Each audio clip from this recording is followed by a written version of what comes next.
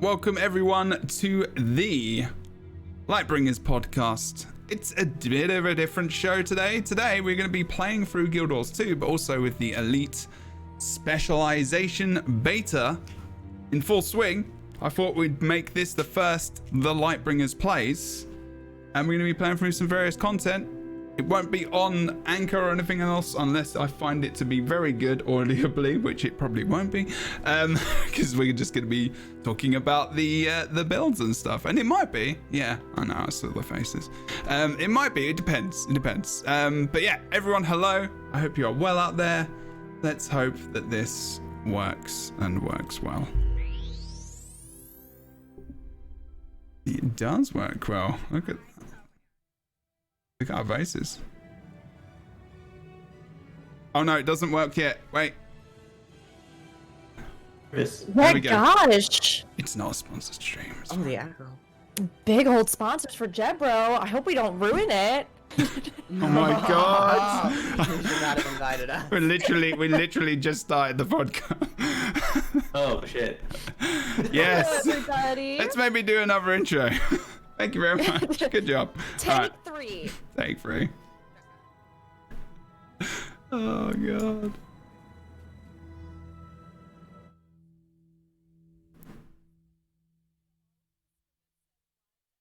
Oh, it's a better song anyway.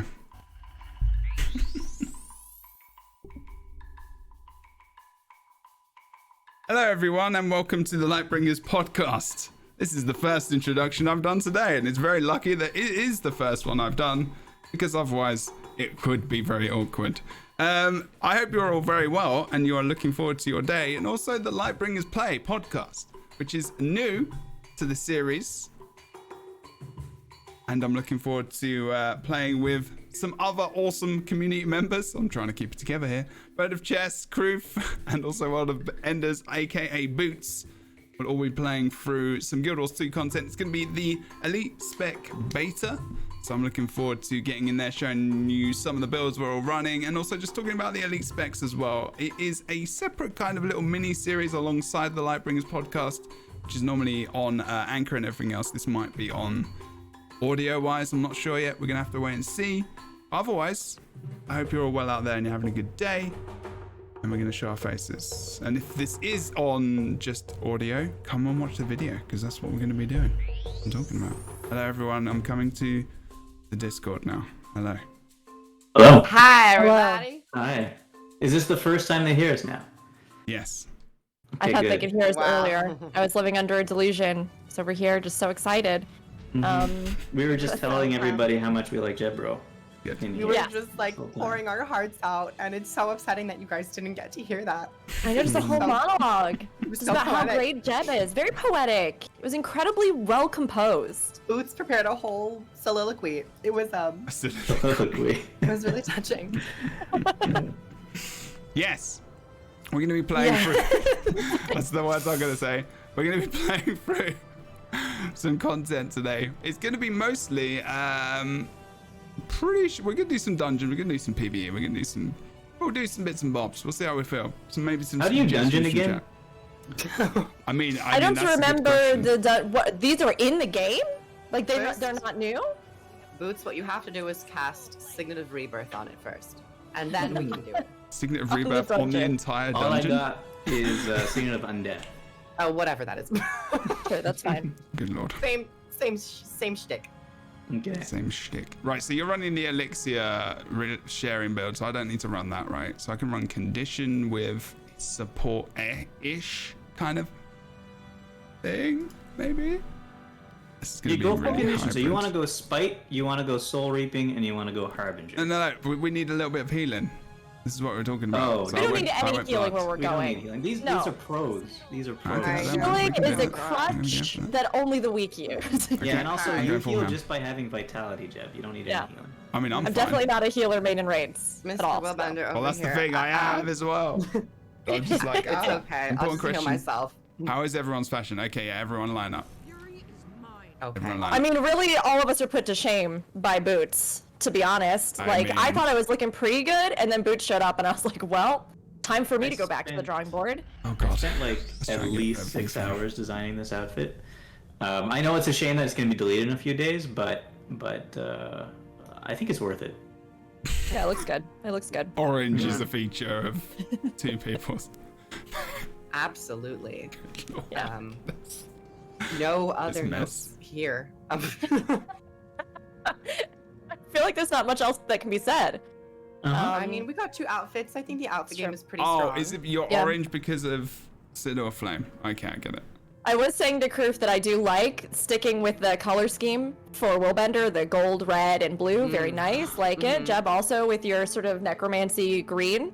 It's Yeah. good. It's That's good. the idea. And the virtuoso, the purples and darker hues. It's nice. I forgot that we can't do explorable unless someone's done the story, so we have to do the story first. So Jabber, you got Arc DPS installed, right? I do. We're doing the story mode. We're gonna be focusing on the hard numbers. Definitely don't need healing in this. So did we want to? How do we want to talk about these things as we go? Well, How what do we're you gonna do wanna- is we're gonna play. Like I'm gonna be. Don't worry. I've been doing this podcast for a while. Don't believe it or not, Boots. Ravenous to talk. We're gonna go in and we're gonna do the dungeon. It's okay. A lot of this is visual as well, so it's gonna be fine. So what I wanted to know from everyone really is where have you been playing the and this is obviously a little bit of a new thing for me as well.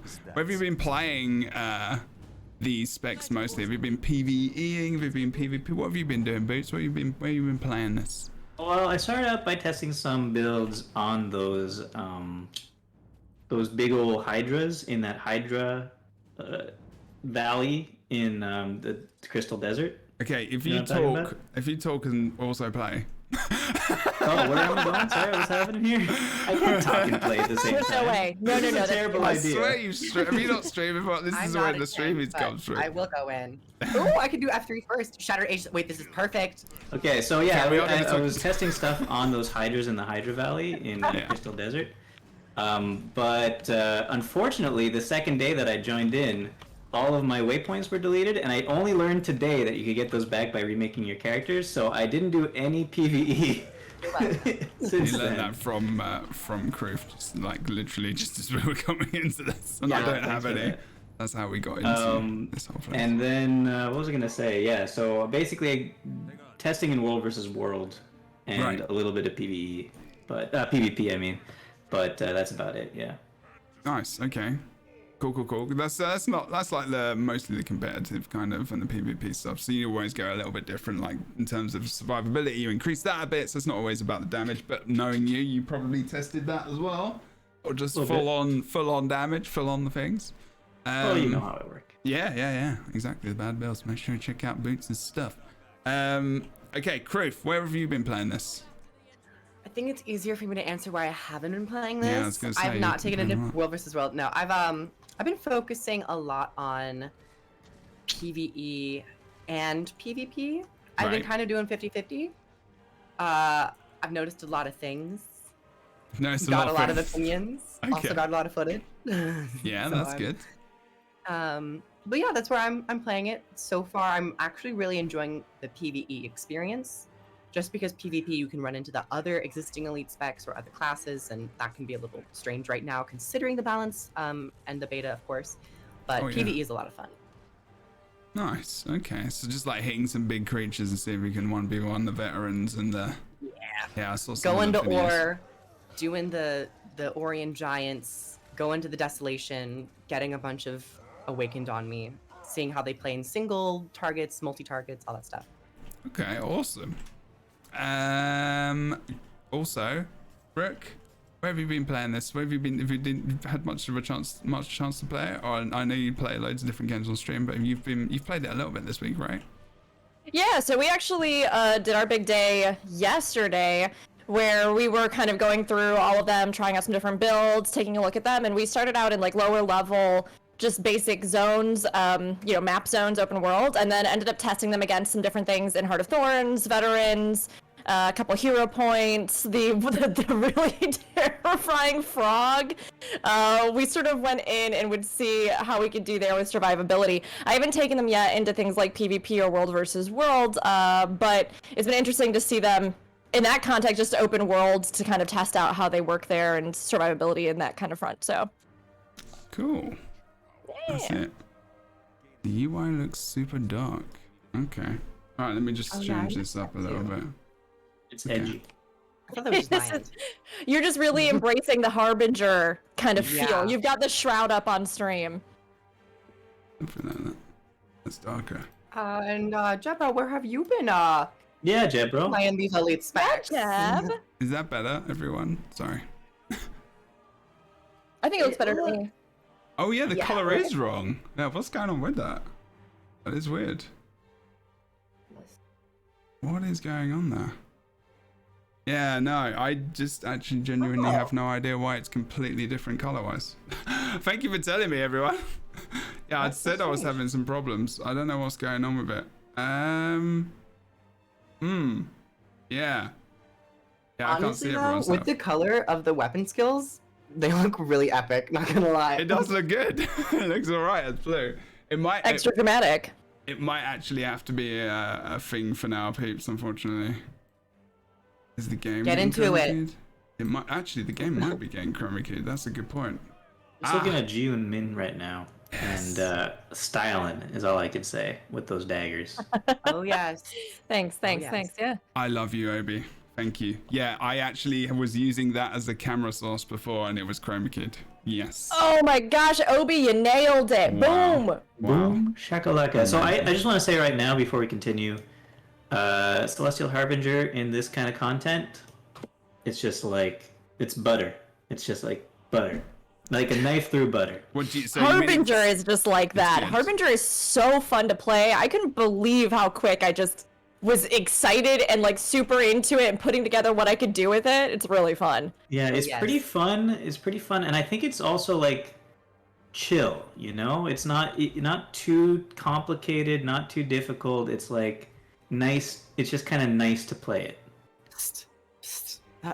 You said nice to play. What do you mean? Where am I going? Wow. I don't know. I'm not following looked at. Jeb, bro. This has been so long. Well, I can't remember where to go. It's been so long. I'm only You following him go to because the he's the Easter egg. leader of this podcast, and I Yeah. assume that he knew what he was doing. No. Look, Jeb, no stone It's left over here, it's unturned. up here, sorry. Jeb's gonna do the full complete of this dungeon here on stream today. Oh, yeah, Every we are. single nook and cranny. Yeah, we're doing actual we're doing Good luck, Jebbo. Well, one day we're gonna do this. I mean, so everyone's playing different kinds of builds. So I played. You asked me the question of where I was playing stuff, and Yeah. basically kind of raids. Actually, we played some raids. So I played some Condi. I played everything I could possibly play, and I did support. I did play Transfusion on. Which is really, really awesome. So if you use the teleport skill, which is or the what is it, voracious arc it's called, where you leap, the end of the leap, like the part where you land, is where transfusion hits. If you don't know what transfusion is, basically it teleports everyone to you. That's like one of the powerful things about Scourge, because it just teleports everyone to you if they go down. So like it's ridiculous. In Blood, obviously Scourge is about the barrier as well, but that particular trait is pretty ridiculous in tandem with everything else, and actually it was just kind of fun. It's kind of trolly, but like it was enjoyable. And celestial power right there, and PvP mostly, because that's my main jam. But like I think in terms of all the specs, and like we'll talk about this in a minute, I've definitely played some more than others. Virtuoso is probably my least favorite out of the three. Really? Yeah, it's What? It's Yes. kind of- personal. How dare you have agree. opinion? No. Hot take, hot take. How dare you It's have not a an hot opinion? take. It's just my opinion. I kind of agree with you, Jeb, on that actually. Okay. Just because So, I feel like expand the on other it. two have an identity, and Virtuoso kind of doesn't. Wow, I almost felt the opposite. I felt like Willbender lacked the most visual and playstyle identity, I guess, is there, but the actual kind of like visual stuff for me and the way that it coherently comes together didn't feel unique to me in a sense. You know, we Why get is those that? flames elsewhere. When you compare it to like Firebrand's kind of differences and look and appearance, that felt so much more distinctive to me. And Virtuoso to me felt like it came together way better than I thought it would when I was playing it, to the point where I was like, oh, I think this is really fun and I really like the flow. So What is it that you enjoy about like Virtuoso the most? I mean, I haven't played Virtuoso as much as the others, and it could just be something where you've connected to it where I haven't. And we've all got our favorites, and we've all just got our enjoy what we enjoy, right? So like, what is it for you, Rook, that was particularly fun about it? Like, what is it? Some of the abilities? Is it just, you say, the flow? Can you kind of embellish on that a little bit? yeah, for sure. It's funny because I think of the three of them, Harbinger is my favorite, but I just felt like Virtuoso, I wasn't expecting a ton from it when I saw, the previews and things like that. And then when I actually got into it, I felt like the effects really felt satisfying to me, like the actual visual kind of look of the class and the abilities. It seemed to me like I could almost immediately, just by kind of working through the skill sets and the different weapons and thinking about what I would want to do with it and the skill lines. Like, to me, I always think a class, you shouldn't have classes just across the board that have to necessarily be super, super accessible right off the bat, or something that, doesn't have a skill ceiling affiliated with it. But I felt like I could just really right off the bat visualize what I would sort of do with Virtuoso. And then as I started to put two and two together, it felt like I went, oh yeah, no, I think this does actually work and this flows, and I'll do this thing and then I'll do that. And so to me, it was kind of nice that I felt as though I could get a picture of the playstyle and the flow and what I'd want to do within a fairly quick snapshot. And then from there, be able to sort of finesse it or work in certain ways. Now, I do agree that I think maybe out of the three of them, it feels like, to me personally at least, it doesn't have quite as much maybe variety in just the sheer differences in how you might build it or what you might do with it. But I didn't necessarily feel like that was a really bad thing. To me, it felt like it just made it exciting to maybe perfect what I would do with it as I kind of learned it more, and didn't feel like too intimidating to get into, but also felt like there was room for me to grow in it. So Okay. I would agree.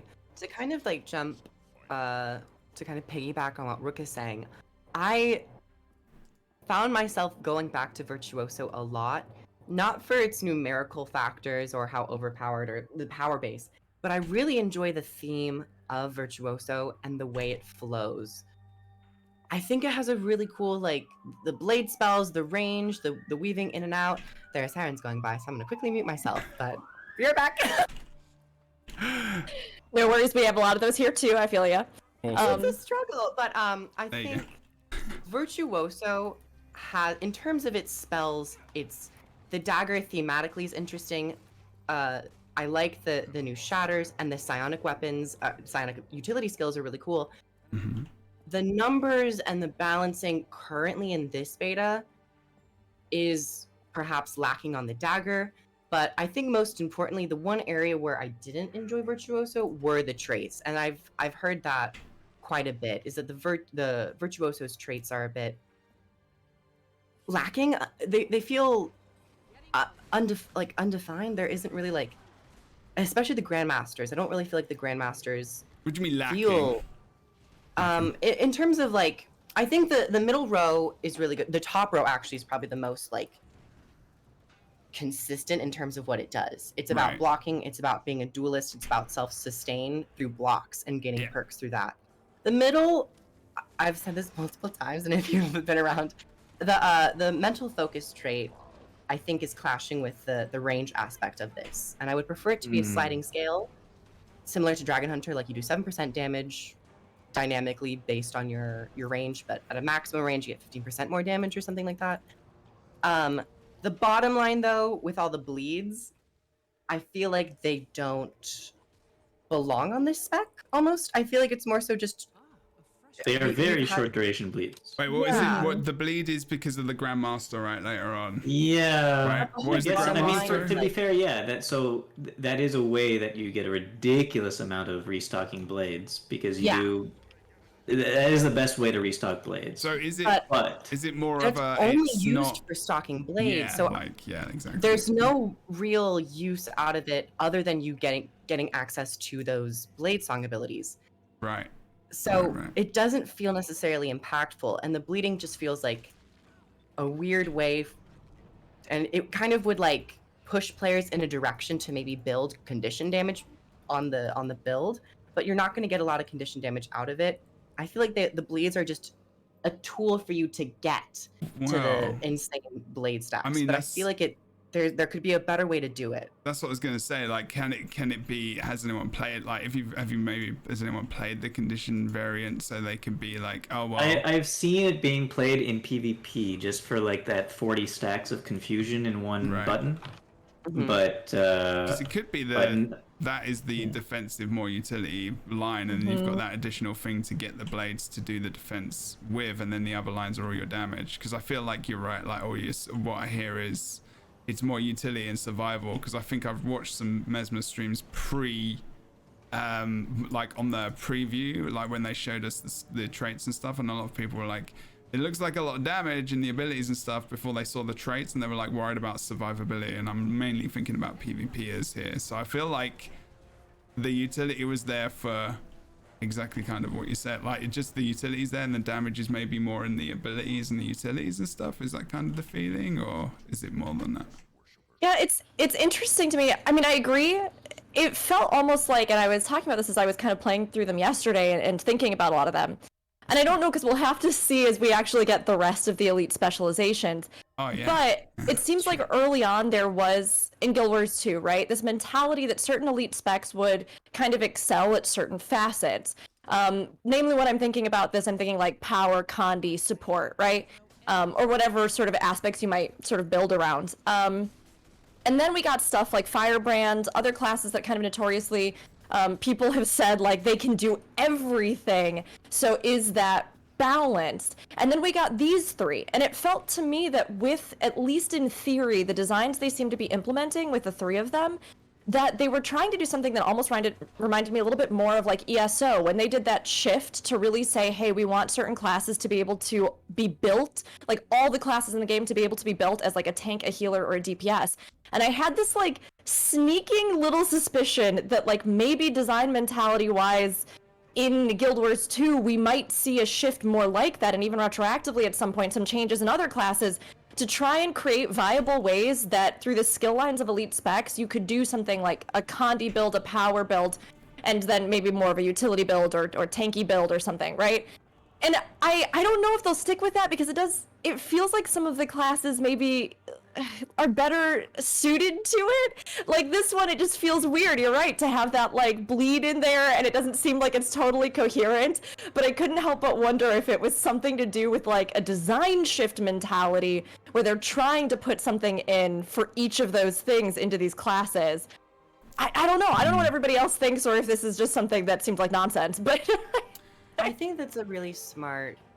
I really love this discussion about elite specs and the Trinity system, because Guild Wars 2 has come a long way in that aspect. It was originally designed to be a very soft Trinity, where you could theoretically do whatever you wanted, but most people just went for power. I think in the realm of having 3 elite specs, and hopefully more as the years go on and expansions, elite specs have to kind of focus in on one aspect to really give you a reason to play the other elite specs as well, and to make it feel different enough to purchase expansions and to feel a sense of flexibility with your builds. So I would like to see more of that.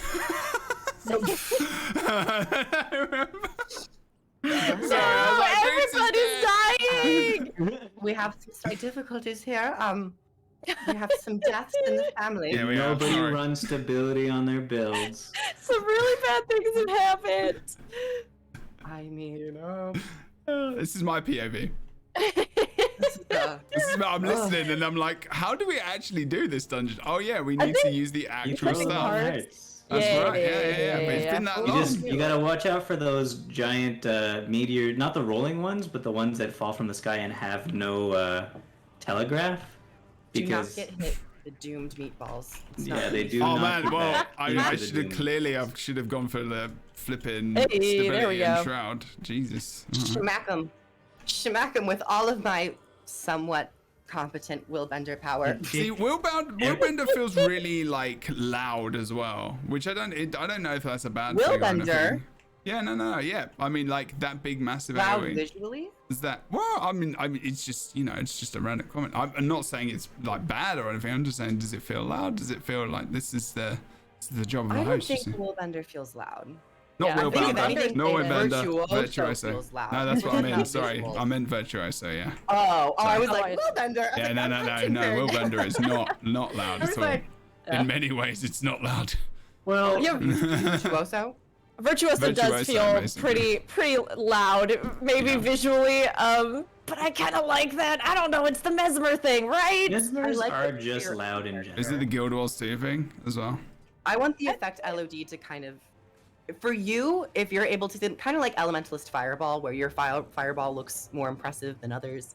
Yeah. So I imagine they'll do more things with the Virtuoso effects. But Yeah. I've noticed a lot of like, Guild Wars 2 has a situation where they make these really cool spell effects and have a lot of detail in them, especially with the Virtuoso. Like the spell symbols are really intricate, but when you use the shatters, those spell symbols are just like completely washed out by just flashes of white light, and I'm like, I can't even see the effect that's going on right now. So they don't really need that like white flash. It's around in a lot of abilities, but So they there could- is one thing I want to talk about Virtuoso though, in particular. Is that I don't know if you guys tested this or noticed this, but the the blade stalking abilities Mm-hmm. don't seem like if there's something that says summon an illusion, it works. But the stalking a blade doesn't seem to affect like the hit signet heal and the Grandmaster trait in inspiration that says when you summon an illusion heal. So I don't know Wait. why. I assume they did that because they don't want, for example, the bleed stalking trait to give you infinite health essentially. But that can be worked around. Like, yeah, you don't want to like just for Virtuoso lower the heal that it does, because that also probably wouldn't really matter that much.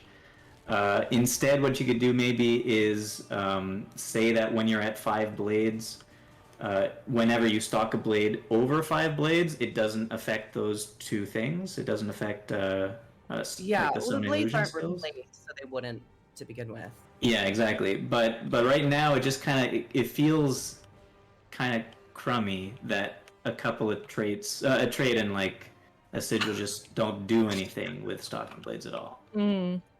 Yeah, I can see that. I was gonna actually ask too, Jeb. So what about, you mentioned that Virtuoso for you overall was probably the one that you were least impressed with, which is totally fair. Like I love hearing different opinions on it. Yeah. What about Virtuoso for you? Did you feel like didn't click? Did it have to do with some of these things that we've kind of been bringing up, or was it because of the more limited play style, or? I think I just actually I think it's mostly maybe even just like I think sometimes people can just not connect with something, and some people do. I think it's just I think it's just like a Mesmer for me is fun to a degree, but like I think I think That out could of be the it, other yeah. two classes, Yeah. I think Well, genuinely me with like Engineer. yeah, I Like, definitely Yeah. exactly Fine. yeah, like Engineer is a really good class, but many people don't enjoy it because of like it's just different to everything else, and I really like Mesmer because it is very unique. I think the Virtuoso could be, I definitely want to try it more, but I think for me, the utilities were kind of cool, but they all seemed very samey. And then the utilities, I was like, and then the traits, I was like, there's nothing in here where I'm like, oh, this is wicked, like this is cool. Like I think there's definitely a little bit of a wow factor for me for like Necro. Like there's a completely different mechanic, and there is really for Virtuoso as well, which is weird. But I like think there's the Grandmasters are not, they don't feel like Grandmasters necessarily. yeah, I mean, it doesn't even necessarily, because in all honesty, I know this process very well, and I've been in these processes with different like game devs, and it's just like balance and like working on all that kind of stuff. I don't really focus on that stuff too much because I know it's going to change immensely. Oh, We've yeah. You still know what? got I see what you're so saying, though, long. actually, Kroof. That the Grandmasters don't feel like Grandmasters because they all essentially do the same thing.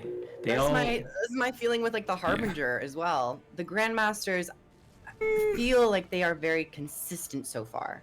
I like Yeah, well the quickness But I one mean, is for the very for the good. virtuoso, so they all do the same thing. Can we kill this boss? Which is stock blades. They just do Kill it this differently. damn boss. But it doesn't Yeah. matter that they do it differently because you're just gonna pick the one that stocks blades best for you for that Yeah. particular build. I mean, even Yeah. in PvP, the one where you block and you shoot out a blade, that does like 40 damage. Like, it's not going to be picked because it's not necessarily the most reliable. If you do anything, you'd want to get the most blades. And if anything, Infinite Forge is just a nice, slow, easy tick of 3 blades over a duration. Thank you. It's very reliable. Lord. Don't open your Yeah, chests. It's it so really just interesting. means that all 3 grandmasters are the same thing. Yeah. Which Yeah. is kind of lame. All right, I'm I gonna can jump on actually, it. I agree I'm with actually that, gonna to jump be on it. honest, because I actually think that they all played differently and I really enjoyed their playstyle.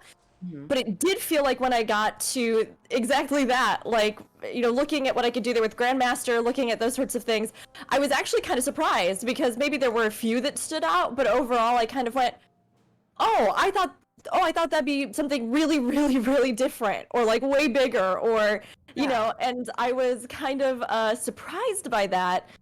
I mean, I guess some of it feels balanced out to me in the sense that, I mean, particularly with like Harbinger, stuff like that. I mean, it really, there's so many different ways you can kind of play it, build it. And you know, Willbender, I think its playstyle with the mobility is also very distinctive. And again, Virtuoso has a really unique take with Mesmer. So I think like the actual classes themselves feel more distinctive to me. Like the Elite Spec itself in that line feels distinctive, but it would have been nice to see, and I personally really felt that on Willbender. It would have been nice to see for me, like, maybe just a little bit more with that, you know, like something more drastic than just, I don't know. There needs to be something else, and kind of touching on what Boots was saying with like the blades don't interact with those other illusion traits or other illusion skills. I think I would actually like to see more traits focus on the blades, like when you maintain your blades longer, like it changes the way you play the Virtuoso. Like a trait where if you have 5 stacks of your blades, you have like reduced condition damage on you. So and then if you use them, it does another effect. So it changes the way you play. Do you want to hold on to your blades for a bit longer to get some passive buffs? Agreed. You want to use them in a certain situation to get another effect. So the traits don't feel like they. Yeah, you have 3 Grandmaster traits that all they do is literally give you as many blades as possible. And the only way you could use your blades is through your shatters and technically your heal skill, but that's a problem in itself. Do you think that maybe there is like some inference of this beta being a lot of feedback of where, you know, like, I mean, the main reason, one of the main reasons this beta is happening, right, is for feedback as well as giving us a taste, and also because they extended the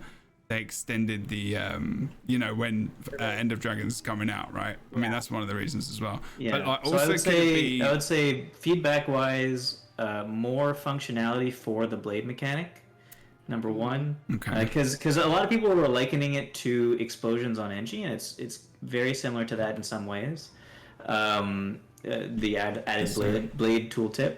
But the problem is, Engie has 5 core trait systems that all do things on explosions. But this Virtuoso only has has, like, 2 Virtuoso traits. and only 2 traits in the entire line. Oh damn, that's a Yeah. good point.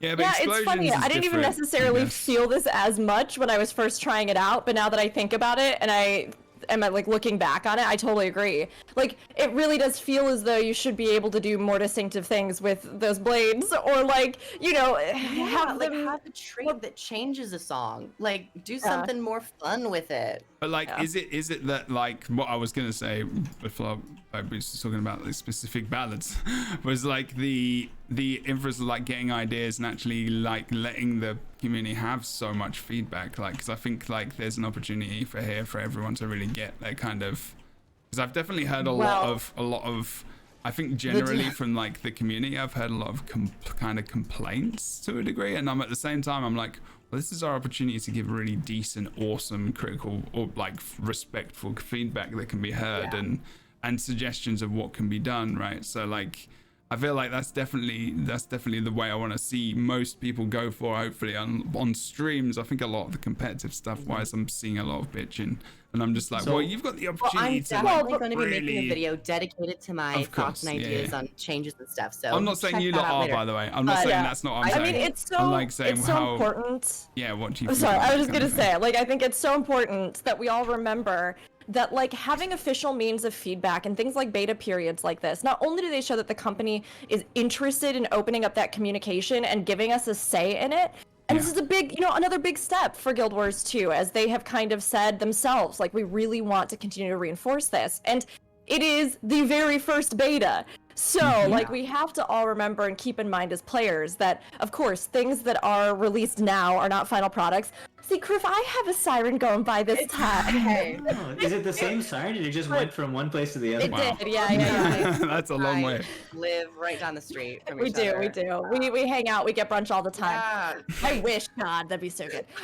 No, but it is something where, like, remember, we have to always keep in mind what we're playing, what the context is, and the fact that they have something like this. I've been telling everybody, whether you are a hardcore player that, knows all the numbers, knows all the things, can go in and mechanically say, like, X, Y, or Z, or you're just somebody that wants to say, like, this class didn't feel fun to me, or, like, I had a really hard time figuring out how to even play this class. Like, all of that is valid feedback, and it's so important that we show that, like, hey, let's talk about this, let's give, constructive, thoughtful feedback, but it doesn't have to always just be a numbers game. It doesn't have to always just be one thing or another.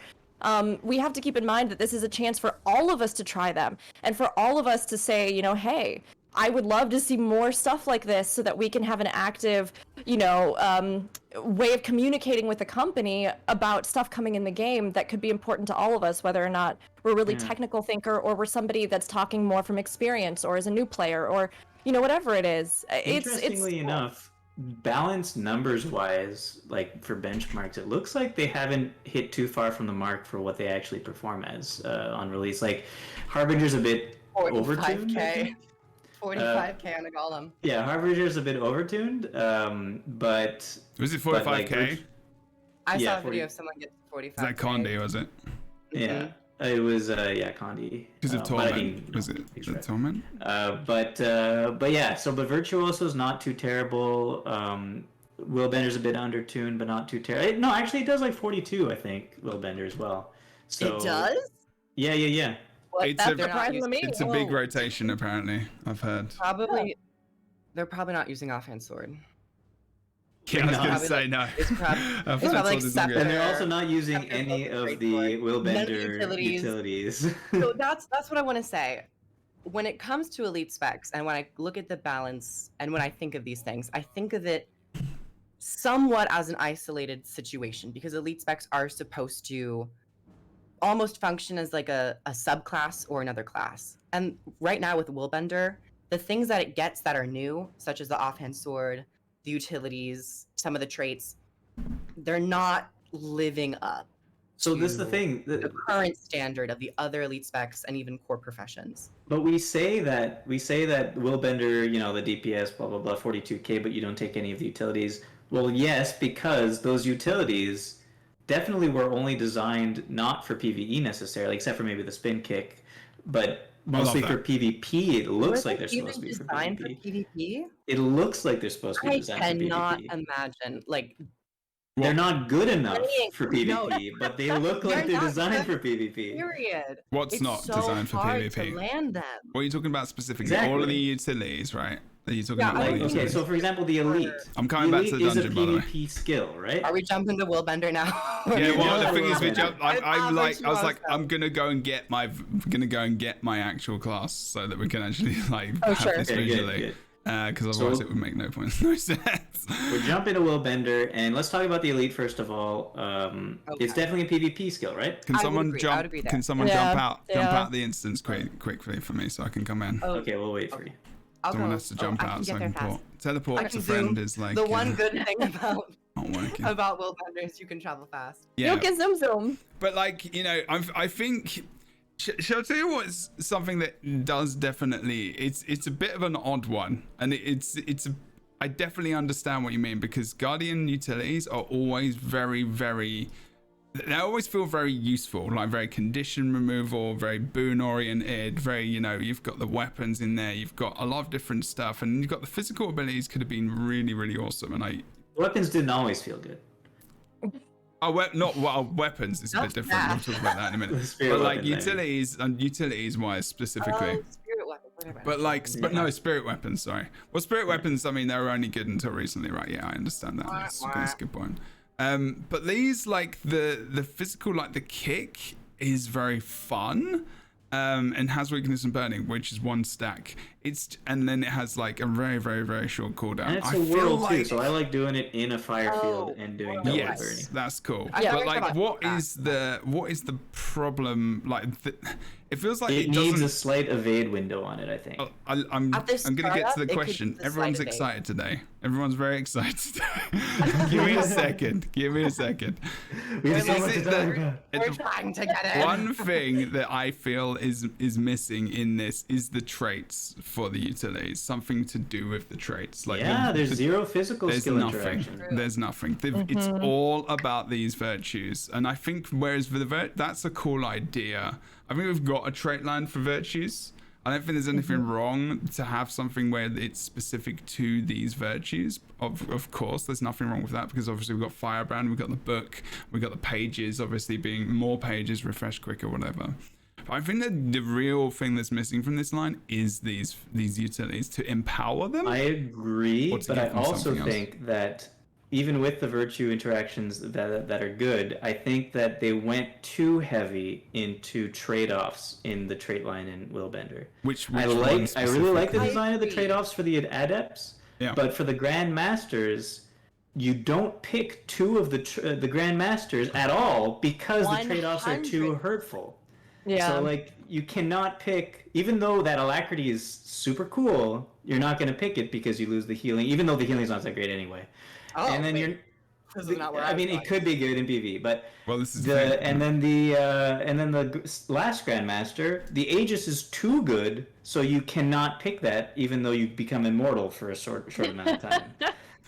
So what you can't content pick is that good in though? What Willbender is just. Oh, I was gonna say Willbender is just interesting to me because it feels like they really did bank everything with Willbender on the mobility, right? Like you have so many mobility skills, and I think that what those skills do are interesting, right? You know, ones that will take you to an enemy, one that allows you to teleport and return, one that you know, you can just target freely anywhere and go with.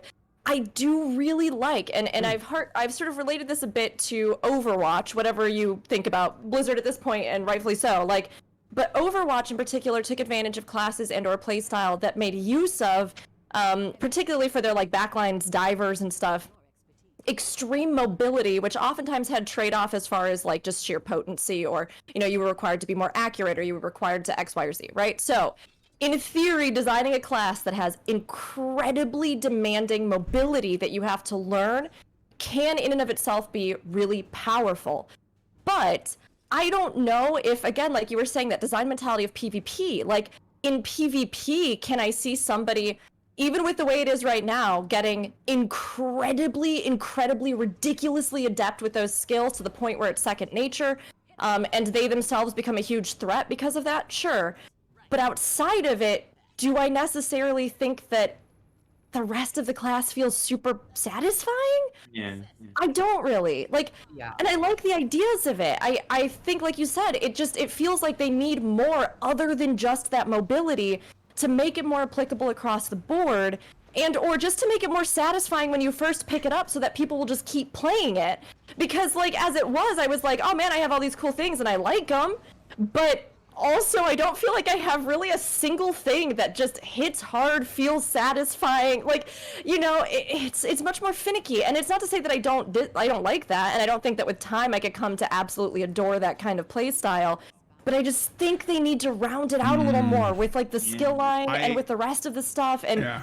It would be, it just- yes. yeah.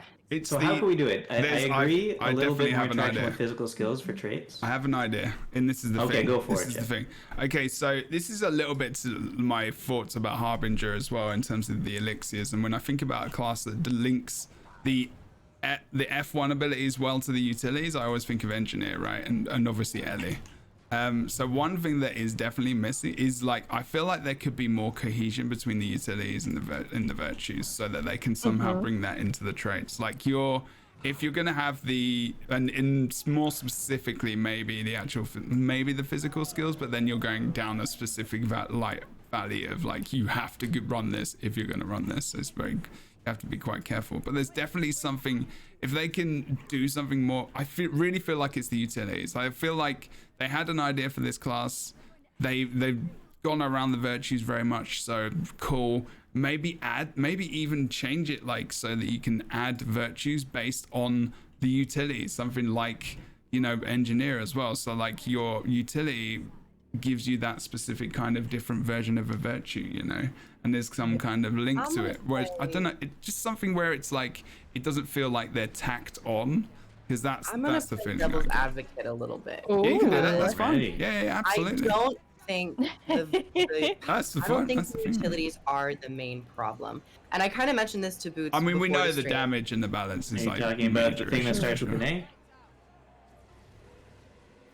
Are we? No. The Annie. Don't think about balance. Leave balance. Numbers can be adjusted. No, 'cause It's not I'm- balanced. I'm I talking. know- Yeah, go for it. That's I okay. know I'm numbers just can talking be generally. adjusted, but Yeah. I think thematically, in terms of its movement, its mobility, its CC potential, I think the heal is a little wonky. Could use a little bit of extra love, but I don't find the utilities to be that much of an issue. For me, it really Not great. falls into grandmaster traits, and Are they better than I was Virtuoso like, then? when Boots and I were talking, we were like, we're gonna butt heads, we're gonna debate. But then the first thing you said is exactly what I feel. The adepts are enough of a trade-off, and the grandmasters take even more away from the virtues. Which That said, not all the adepts are that interesting anyway. Even with the trade-offs, like the concentration one is like. Okay, so you're buff, and I think Boon Pack should be buffed a little bit. You're as well. giving yourself a concentration buff, but reducing the concentration to other people, boon duration to other people by half, I think it was. But the problem is, as a willbender, you don't really give yourself that many boons that you want to have a long duration for. But I think that's playing into the alacrity. And yeah, I guess so. So they're I've just actually all for been that running- one trade, I guess so. Yeah. Phoenix Protocol is really interesting, but I think it can be balanced, and I think it should just also proc on Willbender Flames. I don't think you need to give regen, because it takes away the heal. You really want that heal. So I think the heal could stay, but it just gives alacrity. Just to make it feel like a Grandmaster, to feel like you're specializing in those faster strikes. They really Rather went than reducing, yeah. they get the went too trade-off. hard on the Grandmaster traits themselves. I think But so. I I agree. Talk on the utilities. I think the utilities, really, the problem is just the numbers. I think the utilities would feel better, especially Flash Combo, if it did a bit more damage, because you have to stick and hit all 5 to get the repose. I like the Elite 4 competitive. I actually would like to see a little bit more. No, the Elite for competitive feels awful. It just feels feels like really? something you It wouldn't doesn't use. feel that No, you wouldn't bad. use it The at all. telegraph You is just too wouldn't use big it. and it takes too long. And that's It's- okay, yeah. but that's okay. But That's you can okay. pad It doesn't that with mean extra stability and Aegis on your F3. Yeah. So pop F3 into that, or it's too Judge's squishy. Intervention. It would. There's It a would. couple things you can do to make it work because it's on a pretty low cooldown. Oh yeah, I'm not saying it's a bad. I'm not saying it's a bad utility, but I don't think there's anything wrong with saying, you know, like people just probably won't use that. I think they think Yeah. like there's different Renewed skills, and focus maybe is so strong. It's so too good kind right of- now for renewed me. focus I is mean, too good. Yeah. So, but the elite skill, just like a lot of things on the trait line, is something that we have to talk about. Yeah. Is I feel like the animations are too slow. I The think virtues could be faster. I the could see that. not all the virtues. I think F2 is fine. Yeah, Uh, F2's fine. F3 Yeah. needs a little bit, just a little bit quicker. But F1 F1, does. holy Yeah, absolutely. yeah. Feels slow for you I being will- like a So mobile slow. kind of character that's got all this speed and like this agility. It does feel like the punch is like a bit. Yeah, it It's does feel like like, that. yeah, it's like you're sprinting around everywhere, and then when you finally catch up to Yeah. a guy and use F1, it's like, okay, stand still for 3 seconds, and I will hit you with this 500 damage uppercut. I feel like Please, the just actual. stand I still. will say that the elite true. skill, at least in what I was doing with just PvE open world play, feels very, all PvP aside, it feels very underwhelming to me. Like, Oh, really? in a I've sense not that, really like, used it much, to be I fair. feel as though you can almost just straight up tell that it was made with PvP in mind, which isn't necessarily like a bad thing, I guess, you know, like PvP is a big part of this game, world versus world as well, so it's like Uh-oh. introducing stuff for that, yes, I can see why, But at the same time, like across the range of a player base, I would almost rather see that, like, more of that specificity of play style be something that's like a choice you made with the skills you decided to put on or something like that, as opposed to like your new elite skill that you get that I think everybody might be excited about to like try and do and see. It felt maybe a little too hyper specific to me, whereas I would have liked to see that, like, whether it was, you know, other things that you were doing in your Grandmaster traits or something like that, that would change it drastically in a way that would suit multiple play styles. To me, that would have felt more rewarding, because right now I'm like, I mean, sure, I guess I can use it in certain ways, but it doesn't feel like I am excited that this is now my new big ability, you know, that I got from this elite specialization. Rook dodge in the second. Yeah. Thanks, friend. Go. Wow. Okay, where's the other 2 flames? I put 3 already. Just as a side note, we all have to do it at the same time. This is all on you. So I believe in you. You got it. This is interesting because I haven't done these dungeons for so long, and I just like, wow. Virtuoso. This is Yeah, we don't amazing. have a virtuoso. Yeah, I know, right? I want a Chronomancer for this. I got the second Someone one. get their mesmer so we could port One you more, guys. one more, quick go. One more. Like, I come in. Almost. Oh, No! I got it. What? You dodged Well through the flipping rock. Yeah. Amazing. This is where everyone used to farm the mastery, the base, the Right. core mastery. This is why it came out. I thought it'd be funny. So Yeah. So the other thing about Willbender F1 is that I kind of want it to do because they removed the passives on everything and put them into actives essentially. Yeah. I feel like getting the into my thing. passive virtue F1 justice is a little undertuned. I think they gotta buff it a little bit. At least. Yeah, go ahead. I don't want them to do a lot of burning on this. I like that it's very power So you want it to be purely a power spec. Yes, I've had Firebrand. I've had Core Guardian for years. Fine. Give me something I mean, else. Then why even I have agree. burning on justice if you want it to be that way? Important I thing, think one of you get what next instead to of one of the burning, Arpias. could Jesus just give Christ, we're you- trying to do the dungeon. Go over there. Someone go and stand on the other thing. I did want to say really fast about that. It's tough because while I agree in the sense that I think Firebrand, right? Firebrand already has that. We already have a lot of this theme of like the Guardian Flames. And yet I have to be real, from like an actual design aesthetic standpoint, from a visual effect standpoint, what Willbender would have if you took those flames away is like nothing. No, do like- we have enough people for this? I just forgot. Yeah, we I don't really- actually, do we? Oh, I don't know. Do we need a lot? We need one. No, you No, we just need 4. one. We need Is there one something person to specific go we should be doing? through when the I'm in gates this- open. We have to light 4 of them, and then one of them has to go get the gate, right? Oh, yeah. I don't Oh remember. yeah, I forgot about that. My bad. Does anyone does anyone in But chat randomly want to join us to come and come and open the gate? Oh, forgot about so like that. we have to have people standing in WP, each of get in these. here. Yeah, so someone Get person. in here. No, Someone just needs to get this guy to come. Here, maybe I could do this. okay, okay. Range. Oh wait, No. maybe. Could you? Sorry, I Here's- didn't want to okay, interrupt. I was just like, this is I'm gonna We're just. I mean, we could just Willbender, pray there. Harbinger Right, so- dive over Sorry. there.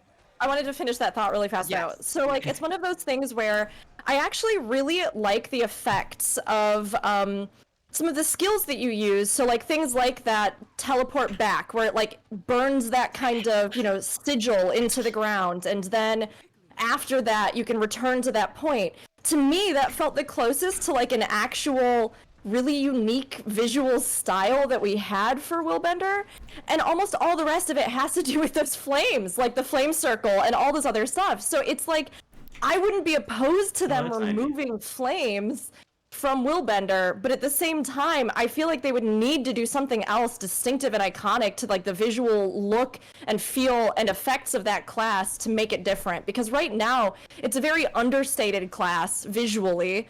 And almost all of that has to do with the flames and the effect they leave on your hands. And then when you get some of those special skills, sure, like some of the unique little sigil things you seem to do on the ground that remind me a lot of like the Canthan writing system, which I think is neat. But like, I don't know. I feel like they could have done a lot more with Willbender just from an actual aesthetic standpoint.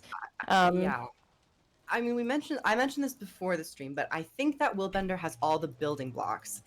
it's just a little weird right now. But for like the F1, burning could still be on there, but I think it'd be really interesting if they also gave them stacks of unblockable, because there's a whole bunch of other boons and effects that can work, and a big portion about Willbender is landing those strikes. And in PvP, I think something I felt is that you can't lock down an enemy long enough to successfully get procs off of Tyrant's momentum or of any of your other actual attacks, be it they're too fast, they're moving away, or they have Aegis and you just can't hit them, because especially with Virtuoso. Get back in your areas, guys. We got Cass coming in now. I'm warning. I know, but I got a thing I want to try. You got a thing you want to try? Uh-oh. I'm Do the currently flesh down, worm. so don't worry about me. Oh, Jebber, you're not even near us. No, I was going to get Cass and maybe look at what you're saying. It's okay. I'm coming over. That's okay. If we restart this bit, we restart it. Sorry, go on. What were you saying? When it comes to Willbender, there's a lot of building blocks, but I want them to do something different with Guardian that we haven't had, like unblockable effects, getting like use out of like piercing through Aegis. I mean, Guardian is such like a Aegis like bastion that you now turn it against your foe, and you're like, it doesn't matter if you have those situations or those effects on you, because I'm just going to tear right through them. Do something more interesting. I think. I do like the mobility. So the thing they did really well was which is what we said, which is, if you remember, one of the main questions I asked you all was what is missing, Got him. and that's what you got. Nice. Oh, nice. Don't run away. Oh, we can kill him now. Wait, he's outside? Yeah, he's outside. I got him outside. Cass, you can stay if you want, by the way. It's up to you. Yeah, do this. You're welcome to stay. Nice one, good job. So that's one thing, right? You always want to see the missing thing, which is fine, but always to have still that kind of a weakness, kind of something where you're not the best at one thing, because you want that class to still be, used for that reason. But the thing is, I think, I think you're right. Like, there's just like, what is the thing? Like, could it have been a new condition, maybe a little bit more, something to do with Aegis? Something is disconnected. I think we've all said it in some kind of way, shape, and form. We can probably keep going on about it for the rest of the day.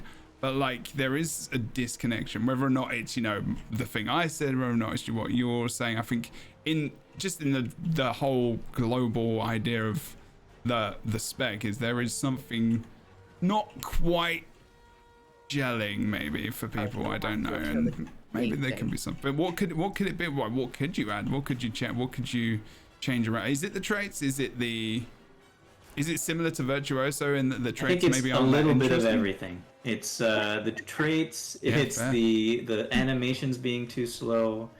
It's things just not quite gelling the way they should. Yeah, we need Not to enough actually go in there as well, by the way. So we do need unblockable. Cass. Yeah, you I gotta think- go inside. I think from my experience in PvP, it's been really, I can get to targets, but I can't actually hit them because they're too fast. I only have 1 second of a mob. So if you could just slow the enemy down just a little bit, because it's like the whole damage comes from Tyrant's momentum. You have to be hitting things. But if you can't hit things, you're not going to be useful at all, other than just moving around points. Yeah, that's an issue with the animations being too slow. Yeah, I Yeah. can see that. That doesn't. If that you doesn't help shorten you. those, it helps a lot, and I think it also plays into the actual playstyle of the class, right? Which is that Yes. you're supposed to be incredibly mobile, very quick, and then getting off a bunch of attacks where you're able to, so that if those don't all connect, because maybe the trade-off is that just your inherent damage without the momentum and without everything else isn't as strong, right? Then it needs to be something where if you can get in close and you're able to do the thing you're supposed to do, you should be able to make a difference there, right? So it doesn't feel like maybe it's quite coherent enough. I also saw Kasu in chat talking about the offhand sword, which I agree. I kind of think that even buffing that a little bit or doing something a little bit more with that. I always hate when a new elite spec comes out where, I don't know, there's like a class where the weapon that gets featured for it just is like, maybe it feels very underwhelming. It doesn't and always I'm like, get used, So, right? and the Like, it doesn't. Vendors' weapons are very underwhelming. But well, is that the same? A lot of specs you don't use the weapon, right? When it comes for it. That's kind of Some- historically been happening, like Yeah. Dragon Hunter longbow, Scrapper hammer. I was, funnily enough, Scrapper like longbow actually gets used in PvP now, but like there is Now it does. but there is more often than not. Yeah, for sure. There's weapon like sometimes, like especially at the beginning, because I think like people don't know the Also, did you place, guys maybe? notice in PvP, Virtuoso, the flurry when you hit 3 attacks, it doesn't proc on a down body. I've not really played it as much as you to Already notice that. feels really bad in PvP using the dagger, but the fact that the flurry doesn't proc to get a cleave Yeah. is even worse. Yeah. Okay, well, so that Anyway. again, that kind of thing, that's something they'll look at. And So do you fix. guys want to start talking about something we, Harvey. on the whole, like? Well, the Well, theme. I want to talk generally about the theme of it. Like, is that we're talking about the connection and everything else? Like, how do you feel when you play Willbender? Like, is it like not thinking about balance? And I know damage and numbers are all fun and all So that kind I of stuff. feel like I get like this could be really fun if it didn't feel as clunky as it does. Okay. Okay, so sorry, I'm sorry to interrupt. I'm the one that's outside of these, and I have no idea what I'm supposed to do. I do not remember. Come over here. Come over here. Come stand Come in to my me. bubble. Yeah, go and stand in okay. one of our bubbles. Go. Oh god. Okay, I'll stand in this one. I'm going. So so what this is Big that chaos. before people stand in these bubbles, the door gets opened. You have to kill the boss, and then you have to go inside the bubble and like kill the little pyre thing that's in there as well. So you have to kill the boss. Do And the big damage. it used to be that you had to be fairly survivable and stuff like that, but nowadays you don't need to worry about that Okay, stuff. but the Sure. skill of Willbender, I like the mobility. It's really strong. But But it's like, what's the point of you being able to get to the target if you can't do anything? So I like, mean, I think the idea is that I'm sorry, I didn't mean to interrupt. Go ahead, No, finish, it's and okay. then I'll say. I was just gonna finish the sentence. Like, if that philosophy is maybe taken when they're going to go back and look at these specs, it's like, get there. by the way, you guys are good to come, I think. So like, that's the only thing that I would say about the Willbender. I think the Also- idea with that is that like your mobility and things should almost make you an opportunist. This is the sense I got, at least, right? In that it's not just that you are alone a god on the field, but that rather you are somebody who, if you are incredibly adept at using the skills that you have, can take advantage of things that other teammates have set up, or like somebody who's already low to immediately like get in, follow up, and hit that finishing thing, right? Like that's what it feels like in theory to me, that it's a class that is meant to play in tandem with others, or like that you know, somebody else can lock that down, you can sweep in, you can do the thing, you know, or like you can supplement in a sense, Do you but that mean you to- yourself are not the one-shot KO assassin, if that makes sense. Yeah, absolutely. Yeah. Yeah. Well, that But kinda I makes sense. again don't know if, like we were saying with some of the other things with that class, I think it still needs a little bit more even in that regard, right? Like, because it does feel like, again, until people get really, really proficient with it and maybe start thinking about it in that way, it feels like on its own, it's very hard, like you were saying, to take advantage of those opportunities with various things about how the class is built right now. If that makes sense. Yeah, But I and like the want to movements echo that. themselves. I felt most impactful in a team fight as a Willbender. As a solo, it's been really difficult. So I like that idea. Wait, like but what it's content? still Sorry, could be a Kroof? bit more powerful. Huh? In solo, when do you mean in any content, or Like- do you mean? In PvP, when I'm like Okay. 1v1ing someone. Oh, it's not a 1v1er right now, at it least. really isn't a 1v1er when shouldn't it be, feels but- like it yeah. should be able to do that. Maybe not That's what best Rook, of its that's what ability, Rook but just said as well. But if it's trying to be a thief, yeah, and I though, was I happy agree. doing what Rook said. Yeah. Yeah. if it's trying to be like a thief with its mobility, and it's gonna try to be like thief in a playstyle, does it need to be a 1v1 or in Is that bad case? as Like, well, Boots? Though, is that bad? Like, should it be taking the role of something where Thief? That's what Thief kind of does. I mean, is that not what it's trying to do, though? No, I'm there asking is you a question. There already is a I'm not distinct like- I'm difference not between like- Thief and Willbender. Yeah, Thief yeah. is very innately squishy. Okay. Period. But you Alright. get burst potential. If you get like you have a 1 second opportunity as And a you thief also to have get the kill. stuff. With the Willbender, thematically, to me, it feels like the longer you're in the fight and the more you're getting procs of your trait, the more damage you'll be able to do. So it feels like you should be able to 1v1 over a duration, but that duration just isn't there. Yeah, Do you that's guys fair. want to do Zaitan? I'm literally looking I at would world love to events. press 1. Well, we're actually going to go to do one of the events, and it's going to be securing Verdant Brink. Let's go to Verdant Brink. Can one of you go, and then we'll port to you, because Verdant Brink is kind of annoying in different places depending on what happens. So we could The die a first bit place there. I went, Heart of Thorns. I went straight to Heart of Yeah, Thorns. exactly. That's the best way to go, because it is more harsh for sure than Path of Fire. Courage. Actually, all the virtues kind of. For PvE at least, and a little bit world versus world, are designed to do as many hits as possible on as many things as possible, right? Right. So I like that about it, and especially with the Justice. That's why with the Justice passive, I want it to be a little bit buffed, because with the Traded Justice passive, it's really just impactful in a big group scenario. But I was trying to say, though, so one thing about Willbender that I kind of enjoy, that I don't know if they're going to change it or what, but so in World versus World, every 5 hits with Courage up gives you Aegis, and Mystic Rebuke, when you have Aegis and it gets removed, deals up to 5 targets damage, up to like 500, 600 damage. So essentially, you do 5 hits with a removed Aegis, which gives you an Aegis back. So you could just jump in a Zerg and get hit. You want to see the hit- world burn. You hit once, get hit, and then just go pop, pop, pop, pop every time they hit you. Kind of like Retaliation we once had once upon a time, only a little stronger. And then you're immortal for 6 seconds. But so that's a kind of a fun strategy. And I could see maybe a group of 5 to 10 Willbenders Zerg busting that way currently, the way it is. But they don't have very much utility outside of that, I think. Right How now. much damage does Mystic Rebuke do in World versus World? Like 500 or 600? That's not too bad. That's Yeah. not bad at all. I would imagine that'd be actually lower, just considering like they don't like a lot of passive traits doing a lot of damage. A la Virtuoso doing 40 damage on its blade from the trait. Yeah. That's interesting. Yeah, that would be really cool. Maybe a little crazy though. A little crazy. Yeah. Maybe just like throw all of the Willbenders in a Zerg and just And it's very gimmicky, isn't it? It's just a fun thing you want to Yeah. do. Yeah. it's And like it's if not they like a have serious rangers in thing. there with unblockable, you automatically die. And then if they don't attack you, you don't really do much. So I don't know. I could Also, see the them heal doing. skill- the heal skill on Willbender.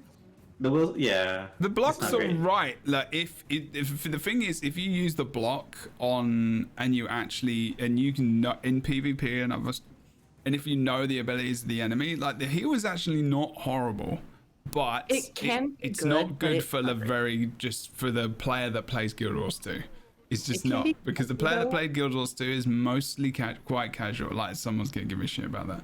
But like it's not, and it's not necessarily bad. Like I think there can be heals that are right. It's like AED for engineer, right? Like it's understanding that you might take this damage and that you're gonna get the benefit of this. I think that the heal could be. I think the numbers on the block heal should be a bit Number bigger. could be higher, and I also think it should like Mostly. convert a condition into like might, because you don't have a lot of economy clear at all on this spec either.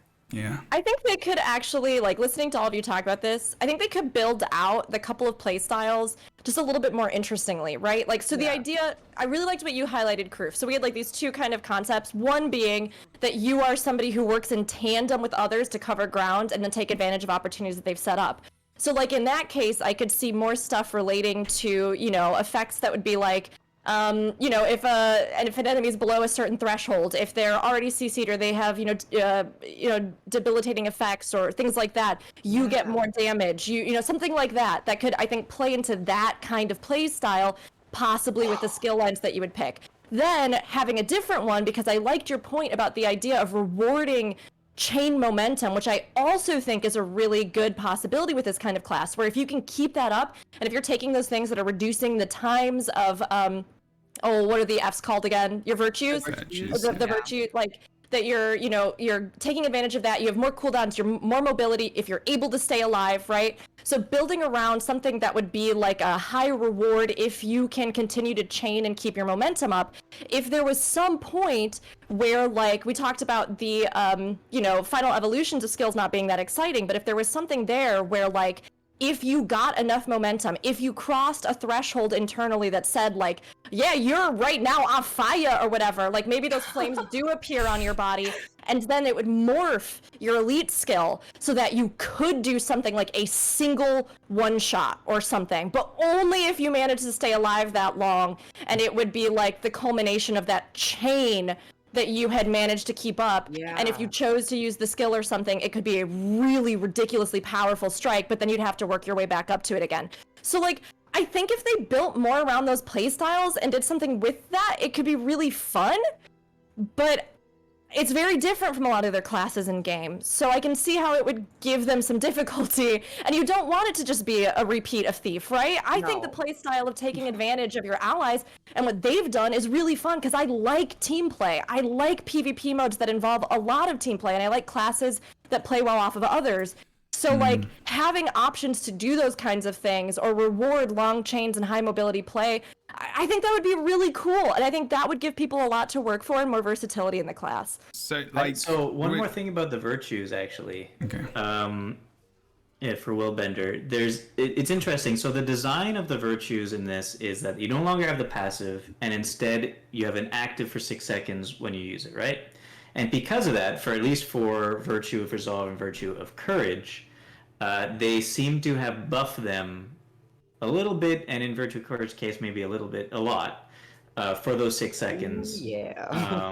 Well, not necessarily in like PvP World vs. World, because the amount of strikes you need for it is a little bit higher.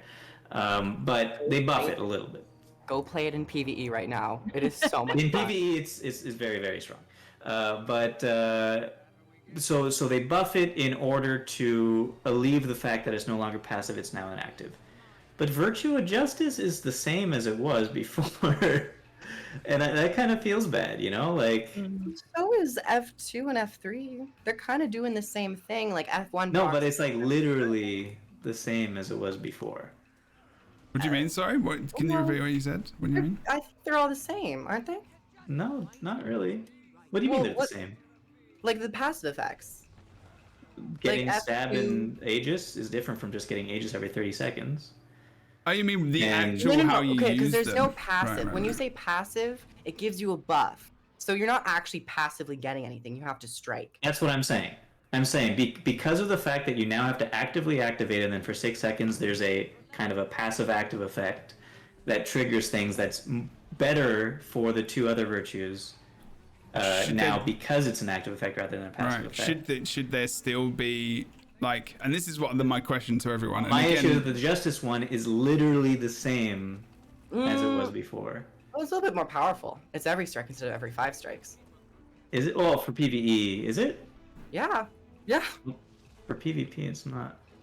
It's different Balance. in PvP. It might be PvP. They Yeah. probably I mean, don't this want, is like, all a balance bunch of stuff again, people. isn't it? To a degree, maybe. But like is it? This is my question, and could be hopefully I wrong. don't get interrupted for the fourth and fifth Yes. time, because I think we're all very excited, and I love it. But I would love if everyone could let each other speak a little bit more. That would also be great.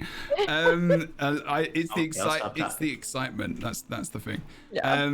So what I want to try and ask is in terms of like the Guardian being called the Guardian, right? And I know what the PvE kind of lore sense of the word and the phrase is, like, you know, in terms of how they've kind of put it to us is, you know, defending the people of Camphor, you know, the whoever's in charge, etc., etc. Very, very loose lore, I guess. But is in game, do you think that the Willbender loses a little bit of its essence? And this isn't necessarily just my thought. It's just a question. That's kind of what I do. Does it kind of lose a little bit of the Guardian's essence of being a Guardian, or is it Willbender like, or is it just that's okay? It's an elite spec. It's allowed to be like this kind of its own beast within this kind of Guardian realm, and that's okay? Or is it like, you know, could Willbender offer, like, you know, something else with its spec that maybe might be missing? Like, what's the general feeling of it being this kind of assassin-y, or the inference of it being this assassin kind of high damage, doesn't really need people, like doesn't really defend or guard people specifically in the game? Do you know what I mean? Is that important? I don't know. Anyone can jump in. Guardian mate. First, I would like to say that Boots is correct. I retract my statement. I am wrong. I am entirely trash. Please let No, me you're have not a switch. trash. You're not trash. I am. You just made me feel scared for a second. No, I was like, anyway. But to answer your question, Jabro, I think that Guardian has fulfilled that team play. Guardian. I'm healing people. I'm giving them boons. Dragon Hunter still did that, but it was a little bit more focused on range damage. But of course, you still could provide boots to allies. Strong Aegis on the F3. I like that they're doing something more selfish. I think it's a needed deviation from the current Guardian path. And because we've talked about this countless times, Guardian can do everything. And this, in terms of the play style, I think this is the one thing we haven't really seen Guardian do yet, is really just be selfish. Focus on yourself. Be extremely egotistical and just like do everything that you want to do to the best of your own ability. While that's not to say that Guardian players aren't egotistical, because they are. But yeah. Yeah, I think it's it doesn't go away from the Guardian's aesthetic of the blue flames, the overall righteousness of it all, and striking damage and all that stuff. So it's familiar enough to me. Cool. I think that maybe while it fits within the, I agree with what a lot of Kroof was saying, and I think that while it does fit within the feel of Guardian, right? At least as far as we've known it. Or the idea being that Guardians, again, are people who, as opposed to like Paladins that I think have a holy directive in a lot of, myth, media, that kind of stuff, fantasy. Guardians are those who are drawing power from their own inner convictions, virtues, and, beliefs, right? So we see that, and we see it represented in the class in various ways, but do I think that Willbender specifically reflects the lore that they have established for it? Yes and no. On one hand, I love the martial arts influences. The abilities that have, the leaps, the jumps, the mobility, the kick, the fact that, the skills that we've gotten have this, element that feels, again, very martial stances. And again, there's so many different types of martial arts that originate in so many different East Asian countries and cultures. It's so fascinating to see, and I really like that.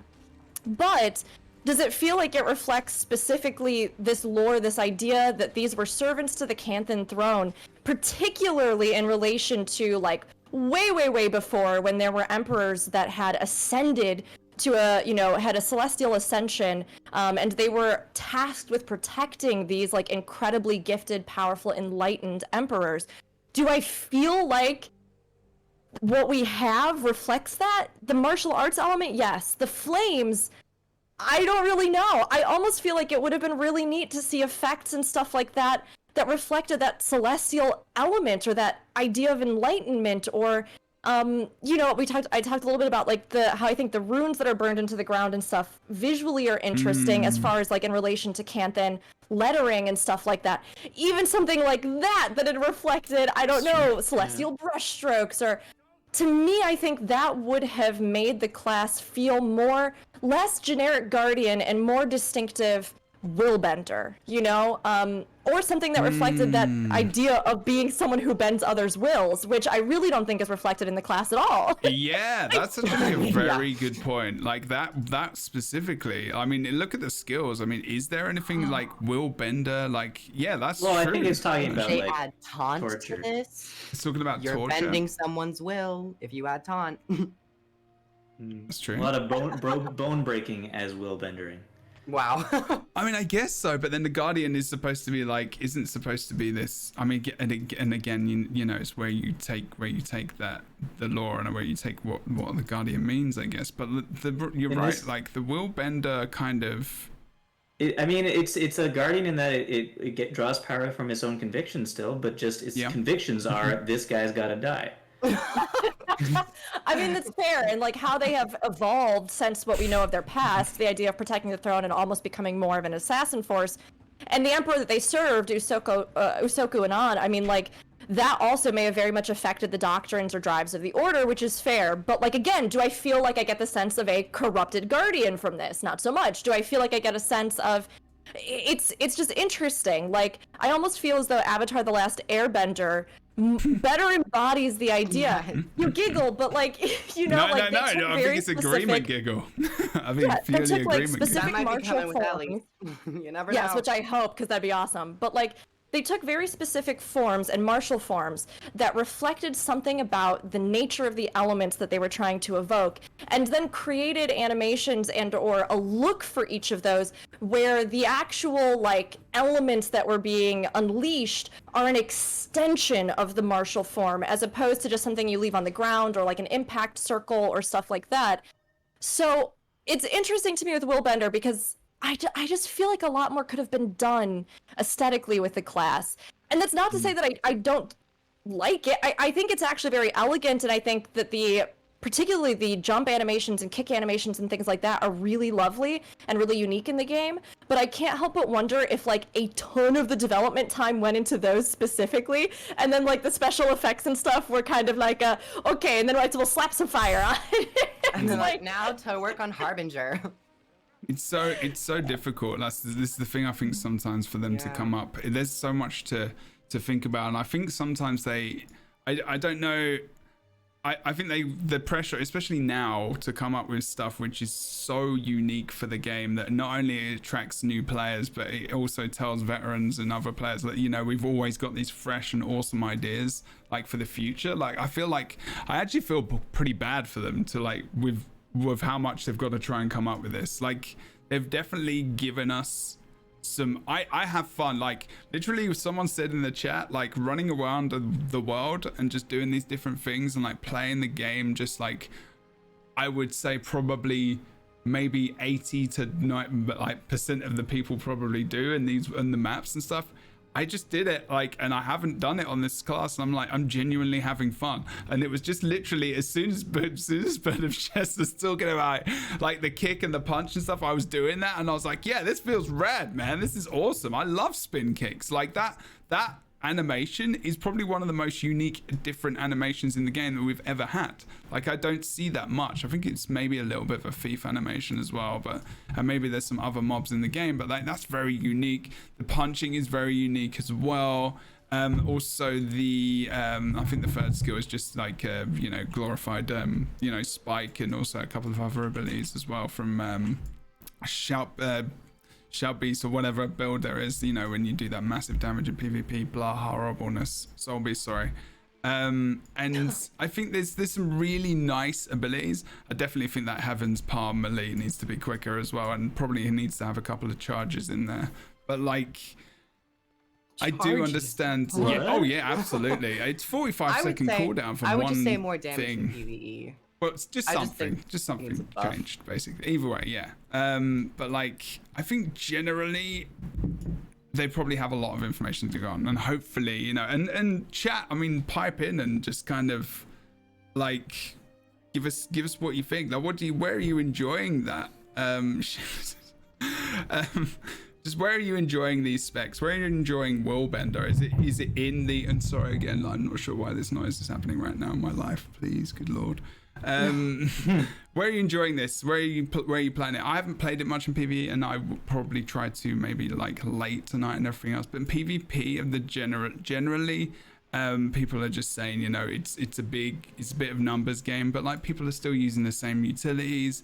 It feels again like, you know, in terms of like maybe PvP and competitive, and maybe in World v World and some other places, that, you know, taking a lot of the utilities that do come with these elite specs aren't going to be worth it at the moment. But that's, again, that could be like a numbers game and an adjusting game. We've still got months and months until that kind of gets adjusted. Yeah, I'm looking forward to seeing. So they'll all be back in the 4th beta, right? Yes. We're gonna have all the classes in the 4th beta. I'm definitely looking forward to seeing what changes they make for that beta, because I assume they're gonna make quite a few. And is how my they guess. interact Oh, yeah. with the other elite specializations, because like, you know, they might have made some of these elite specializations with the others in mind as well, and maybe there's some kind of, they said they're changing the rules, they're doing all this kind of different stuff, maybe there's some interaction with other elite specs that we don't know about, maybe there's some other strengths in other elite specs where, you know, some of the stuff that's coming from, you know, these elite specs is, you know,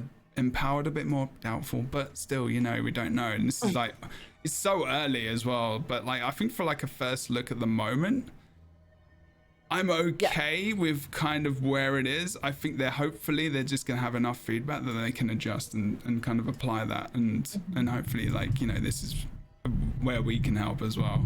I think that's one of the things with Willbender. It feels like it has the most potential. I think maybe out of the 3 that were released, like, for this particular beta, it felt maybe the clunkiest. But that's not to say that, like, and I think part of why we all have gotten so passionate talking about it is because I think there is so much potential with this class. Sure. And just like you said, Jeb, I think it's one of the ones I'm most excited to see come back in that final iteration of the beta, because I really want to see what they do with the feedback. Because I think with just some tweaks, this class could, like, really shine. So I'm excited to see what they sort of decide from that. And, you know, even when it comes to like play styles and how players are necessarily like using the class or talking about how they're using the class, I could definitely see them drawing directly from that to continue to hone some of the stuff that the class does, which would be really cool. I agree. Mm-hmm. Well, I agree too. It's I got enjoy got us Harbinger. going. I enjoy Harbinger in PvE like this with you guys because I am keyboard turning and using one hand on the keyboard, and it's doing a lot. Talked about the Harbinger yet? Yeah, I'm gonna Ooh. dip into Harbinger now. Actually, I'm gonna join you. Just stay where you are. I think it's nice to kind of be in these big world maps and even just play, because I totally had fun just then playing Wimbledon. But I really am hooked on your point, actually. Better Chess, like talking about Tobruk, the name of it and what that means, because I guess Virtuoso is I am massively confused about what that means. The names, the lore and the names. It feels very for disconnected. people who really focus on that. Sure. It's created a weird and strange setting because so far it doesn't feel like it's been fulfilled. But then again, we aren't in Cantha, but True. it's so conflicted. It's weird. It's a weird taste when you compare it to Path of Fire, because Path of Fire was so like strong. Mirage was a very big influence of like, you know, this is a mirage. You are in the desert. Mirages are a thing. Yeah, absolutely. Yeah, these ones feel, you're right, they feel more dissonant in a sense. Like, Harbinger, now, there's like one possible interpretation of this name that I think could actually kind of give it a greater context, which is that we don't necessarily know the secrets of this jade, right, as of yet. We know that it has obviously absorbed what they have just termed ancient magics in a kind of catch-all, right? But if what they are ingesting and what is inflicting things like torment upon them, or the specific ancient magic that they are able to draw out of this is a literal harbinger for things to come, if it is something about the source of that power itself that has infused the rock that we don't know about yet, and so they are, you know, in a sense, the heralds of this corruption, or I don't know. But when you look at it aside from that possible speculation, it does feel very strange with the chemist's twist and then the ingesting jade and then but then you have the shroud you go into. Again, right, it just doesn't feel like it totally reflects. And they must have taken it for a reason too, because they literally had to change a skill from Shroud from Scourge that had Harbinger Shroud as its own thing before. They like specifically went back on Scourge, changed that because they really wanted the Harbinger name for this. Yeah, which could be maybe indicative of it having a much larger role that we don't understand yet. Yeah. Virtuoso is it's a hotly contested one, because Virtuoso, as Chad's talking about and as a bunch of people talked about, right, like Virtuoso in and of itself can mean somebody who is incredibly proficient and skilled at a particular practice. And so, of course, being a virtuoso with a blade is something that you can be. In Western language and media, it is much more commonly affiliated with art and music to be an artistic virtuoso, or particularly music or performance, right? Where like you are a prolific virtuoso in your craft. So that is a little bit murky, maybe just in the general way that it can be interpreted. And when you are creating, you know, I guess a name within the context of certain audiences that may have certain affiliations with it, I think that is an important point to talk about, like that, yeah, it's fair that people think about music because that's how commonly it's used. Although I feel like out of the three, that one's maybe the least confusing. Willbender to me feels the murkiest in the sense that... Really? Oh. Yeah, I guess you are enacting the will of the Emperor? That's No, you bend the will of the people you're attacking. But do you really? Do we have anything that restrains, that punish, that... We have a 1 second mode. You know, There isn't to really me, much, to no. bend somebody to your will, you would be using, like, you'd be That's getting into their why- mind, their thoughts, you would be physically restraining their I body. actually Kinda feel like that could have been a interested good on taunt, Mesmer because that would really thing. fulfill that like fantasy. Yeah, I guess so. That fantasy. But I think Um, from the naming standpoint, Harbinger is the most general because it's just Or it the is. announcement of something. Yeah, it's just like the But its bringer of doom connotation and death. is and much stuff. darker because Yeah. the herald, by definition, is kind of the same thing. But the connotation of herald is more positive. They probably just went with something a bit darker for Harbinger. I don't think it's really Necro. gonna have a lot of like, or yeah, for Necro. I don't think it's gonna have much like big lore. Like, oh, this is the Harbingers are unique to Cantha in this aspect. I feel like the name The came name first. XYZ, but Yeah, I feel like the name came first with Harbinger, then the spec Yeah, came, and then just probably. also, I But the feel thing like with Virtuoso, yeah, it could've though, been different. is I agree entirely with you, Rook, about it. It's a little wishy-washy, a little bit like they had an idea for it, but it didn't quite pan out in the way they actually implemented it, maybe. But when I think of it now, with the blades, the Mayan blades, and the fact that it's called Virtuoso, have you guys ever seen? Actually, it happens in two things, I think. But have you ever seen Kung Fu Hustle? I haven't, I've actually. seen Kung Fu Panda. Okay. Sorry, 'cause I thought you were gonna say Kung Fu Well, I Panda. think it's a common thing in some martial arts thoughts is that like if someone's like ridiculously skilled at music, for example, they're able to send blades through their musical strings. Like so in Kung Fu Hustle, for example, there is a bad guy who like kills a guy by shooting blades of telekinesis or something by playing music at them. And maybe they had that kind of in mind when they were doing it, but they don't actually have anything musical in the spec itself. I think So- that could have been a bard. mixed I Yes, was I mean, really waiting for I a think bard that on they- that. That would've been One cool. thing I will say for all the names is that they're all very distinctive. Like, so there's that, right? They are not indicative of anything else from another MMO. They don't overlap with that.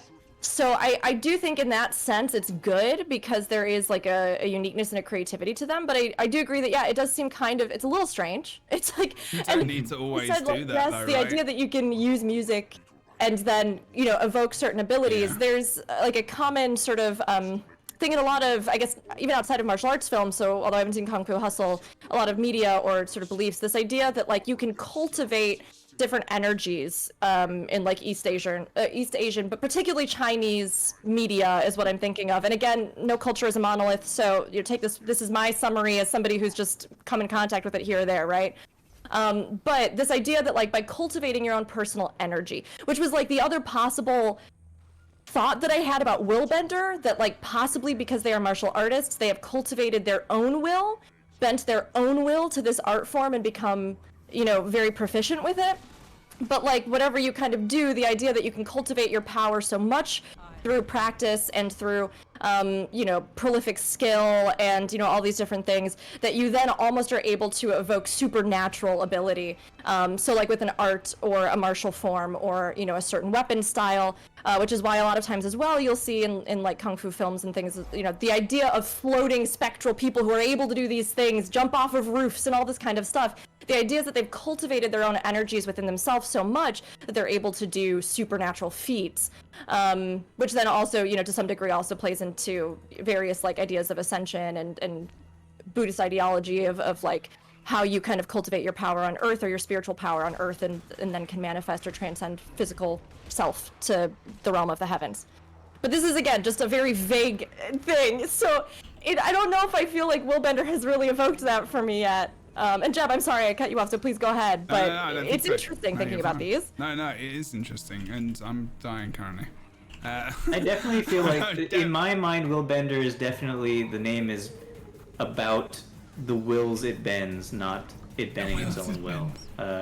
It's like the opposite of Guardian as well, but you're guarding essentially whoever you are, you know, in the whoever you're in the employ of, I guess, whether or not it's, you know. I mean, I'm still a little bit confused. I think the Necro, I think you can also have like those blatant kind of, you know, Reaper is like in Guild Wars 2, like in terms of a spec is like something which is nearly in everything, I think, or is like the inferences of Reaper are definitely, I've said inference many times today, but like it's in like a lot of games. Like, there's Reaper in wow, I completely got defeated then. Is there Reaper in Final Fantasy 14? Is there How many stacks of blight did you have? I got down 2, but I'm also a Willbender. The fireworms here lay down fields that are invisible, so it's probably that. I mean, and just running around this map, just to change the subject a little bit as well, like just running around this map with this elite specialization is just giving me those I don't say vibes much, but it's giving me those launch vibes of Heart of Thorns right now. What vibe is it, Jebro? Like, is it a vibe? It's that. Does it pass the vibe check? It's that. Well, I don't know all of those words. But like, but it makes me feel about like get excited about the fact that we've got this, you know, this is all stuff that's coming in February, and it's very awesome. But like, you know, just running around the map and thinking, I hope that the maps are a lot more like this. I know it's a random thought that's not relevant to what we're talking about, even though it's kind of new stuff and all that kind of thing. But like, I actually just remember, I know these maps were annoying for many reasons, but like I actually kind of enjoying running around as a Harbinger and Willbender on these maps. It might just be because I'm more powerful now, and back then I didn't have all the elite specs and stuff, and gliding to full and mounts, because I think mounts like really bring out these maps a bit more. But anyway, I digress a little bit. And it's a good thing they made Path of Fire specs so strong. Oh my God. We made but these not specs as to deal strong with as the Harbinger. You can finally go back and do Heart of Thorn stuff. Segue. Yeah, that's It was good. It was good. Segue curve. It was good. It's a Harbinger. Yeah, so Harbinger in terms of like, I think the name is very loose. Like, I definitely feel like, I'm not sure who said it, sorry, because I don't want to misquote whoever said it.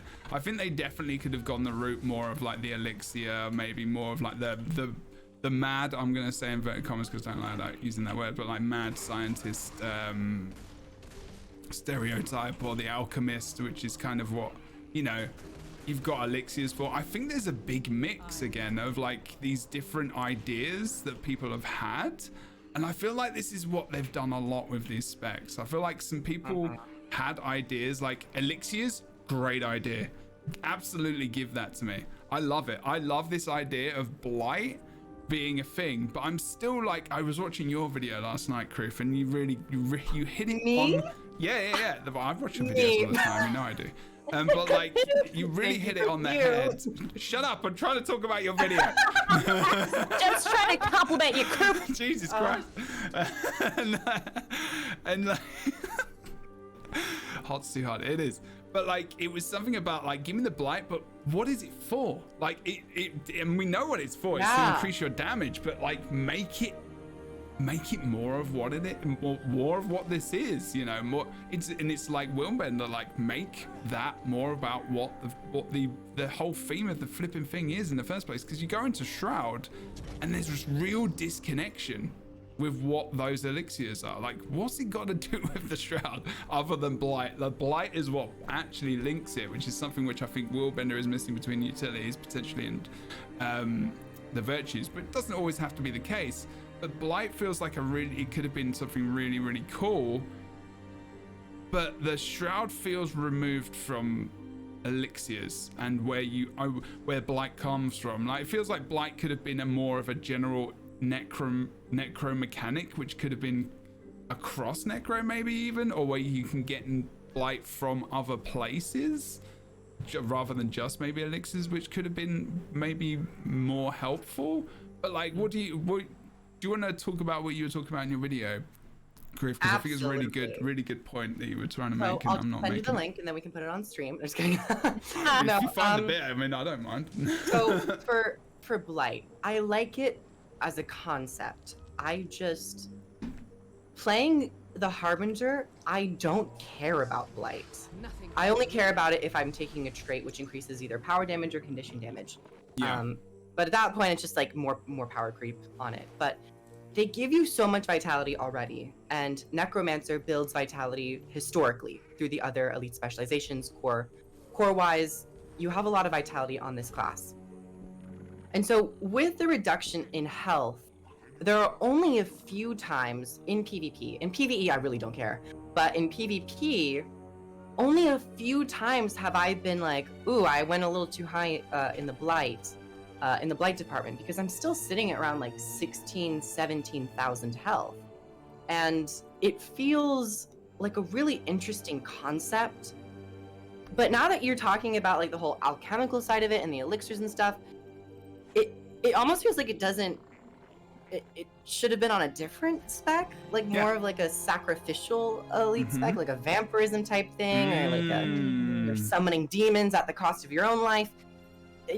I don't know. They like have to do something to help you, like. Oh my That would be gosh. quite cool. I like that a lot, actually. I like that too. I actually just got very, very excited about the idea of like, I mean, this would of course, I think, run some risk, because there are some themes that maybe would be difficult to integrate in like a fantasy setting devoid of real life. That's my preface for what I'm about to say. The idea of somebody that had developed some kind of reliance upon this magic jade, much like a vampire that like has to consume blood, but like somebody who would like need to or like continually consume this kind of jade magic, or had been around it for a long time and had been corrupted by, or something like that would be really interesting. Like, where you could again get a different take on something kind of like vampirism, or like a similar theme that would then play off of the blight. Like, I really like the blight. I think it's neat. I like the visual effects. I like the idea of it. I like the concept. I think it could be more punishing, but it does feel a little strange. And I've already seen a lot of people that play NG who are kind of like, I don't really understand why we have this twist with it that has to be alchemical in nature, when that was my thing, you know? And my answer to that was kind of like, well, just like we have many different practitioners of magic, right? So magic as a force, elementalist, mesmer, there's a lot of different ways you can envision it. So too can we envision the practice of alchemy as having many different evocations, I guess. But I do agree that I think maybe there could have been some way to do it that would have felt maybe a little more coherent. I don't know. I mean, blight is like an interesting thing. I was just like, what actually is blight? Like, thinking about it, and I was like thinking about plants and disease and stuff like that, and I was just like, and how you have it, and I'm like, a necro, like, you could have used blight to turn it against the literally. I mean, that's why it's in the traits. I understand, like, there's that kind of link there with like disease, I guess, and poison specifically. But other than that, I feel like Shroud could have been this thing where you turn into this thing which just spreads like more disease. Like, it's more like, I mean, I know it's highly, I mean, that's maybe what it's about, like torment and poison. So maybe that's the kind of link there in terms of like what blight is. But like, then it could have had these very plant-oriented kind of things. I don't know, because like this is where I'm kind of looking at, like, just on. Do we think that blight could be a condition, a universal condition? It could have even just had been its own condition, but then. Well, I don't think they wanted to do that because they wanted you to not be able to remove it. Oh, but like, that's blight true. is something which you can you like cure blight in the world? I mean, can't remember. You can control it. The I closest could thing see that I this popping up in other areas of the game, though, because I think it's really interesting to lower someone's maximum vitality. But yeah, I just feel like blight. Oh, that's a good idea. There could be some interest. This spec is very strong. I think we should also say that. Yeah. Okay. Current So iteration, very strong, but there are some thematic issues, as we have said with all of these, that just like it doesn't feel as cemented in the world of Tyria as maybe the other elite specs. But Harbinger, in terms of power and function, we want to talk about that or something, or the traits, utilities, Yes. all that. We kind of like dovetailed in with the Willbender discussion into Harbinger, but I do just want to say that when we got to the Harbinger thing and the whole discussion around it, what I did want to lead with, and what I feel like we could contribute now, is that this class is so fun. Yeah, that was I my actually first have question. so much Going fun. back to that, yeah, go on. Tell I us how really fun. love playing this class. I don't even usually like necromancers. Like, I really, really, really have enjoyed it. Anything about the lore dissonance, anything about any... This is the one that, like, while I was playing it for the first time, I was just like, ooh, oh, what? Ha, hit this. Oh my gosh, I'm dead. Okay, try that. And, like, it was just so fun because... While I agree in that I think in a lot of cases it didn't feel as punishing as I kind of hoped it would be, as risky as I hoped it would be, when I started doing some of this Heart of Thorns stuff, that's really where I think I saw the idea of it start to shine, and I just had so much fun, and I just like playing it, which I think is something that's important, I mean, honestly, but different classes will resonate with different people. I was just so surprised that this one resonated for me, and I really have enjoyed. Oh, Rook, we're in fractals. We're in fractals, Oh, yeah. thanks. Okay, I come in. I was just still getting my butt kicked by those wyverns. Bootsy, are you as excited as Rook is? yeah, I the like Harbinger Harbinger. I think that as excited as Rook, yes, I definitely am as excited as Rook. Okay, good Please stuff. showcase I that just, excitement. I don't, you know, I can't. I'm not good at showing my emotions. But smile sometimes, but yeah. I think that it's everything in its kit is not that exciting to me except for its shroud. Its shroud is super fun, Yeah. super cool. I love the mobility on it. I kind of a little peeved that that it doesn't have fear on it anymore, but it's not that big of a deal. It's like there's some traits that interact with fear with Necro that you don't really get to make use of very well with Harbinger. Especially there's one trait that like reduces the cooldown of your 3, which is usually what your fear is in Shroud. That's right. It like reduces it whenever you kill someone, but it's already at 4 seconds, so like who really cares? Yeah. And so there's that, but yeah, Harp Shroud is fantastic. I love it. The elixirs Oh wait, really are so they're designed to give you a lot of boons, to give you a lot of like powerful boons, essentially is what they do, in exchange for a lot of blight, and that's fine. They're just kind of boring, the elixirs in general. Like I don't know how they would fix that. Maybe make like right now you could trait them to make them a little more interesting. Like make it so that you get slow on them. You make people get slow. Also, you could share it to your friends. You do that. Yeah, exactly. Maybe the one that shares it to your friends, it turns it into a projectile instead, like a ground targeted projectile instead of Like NG? just around you. That might make it a little bit more interesting. Don't know what else they could do for that though. Ooh, yeah, turn them into throwing like the engineer ones, you mean? Kind of. Yeah, well, the engineer tool belt ones, yeah. Yeah, exactly. yeah. So is it? Do you like elixirs on engineer or? On engineer, I don't. You know what? It's weird. I don't take them that often when I'm on engineer. Some of them are very powerful, and actually all of them are very powerful in their different ways. Yeah.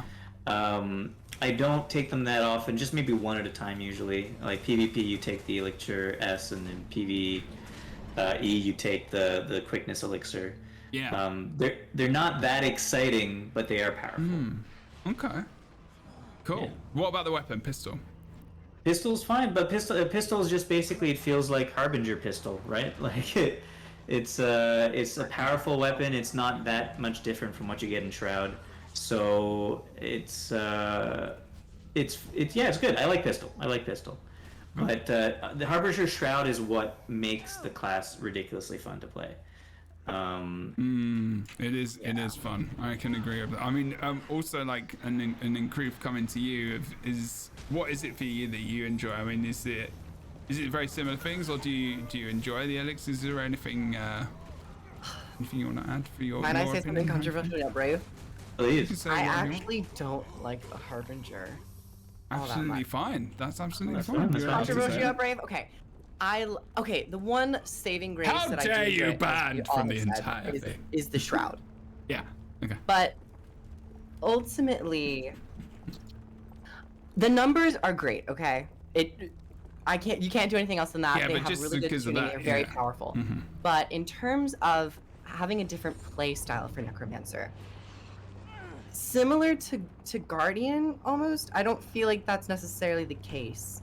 And the utilities, I would have liked a bit more of a Necromancer spin on them, because the engineers, it's almost literally, I know you're an NG main, but to me, like a copy paste situation kind of going on. Okay.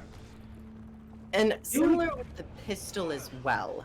The pistol could have had like cool charge up shots. It flips over into another ability, or something a little bit more about like Necromancer magic.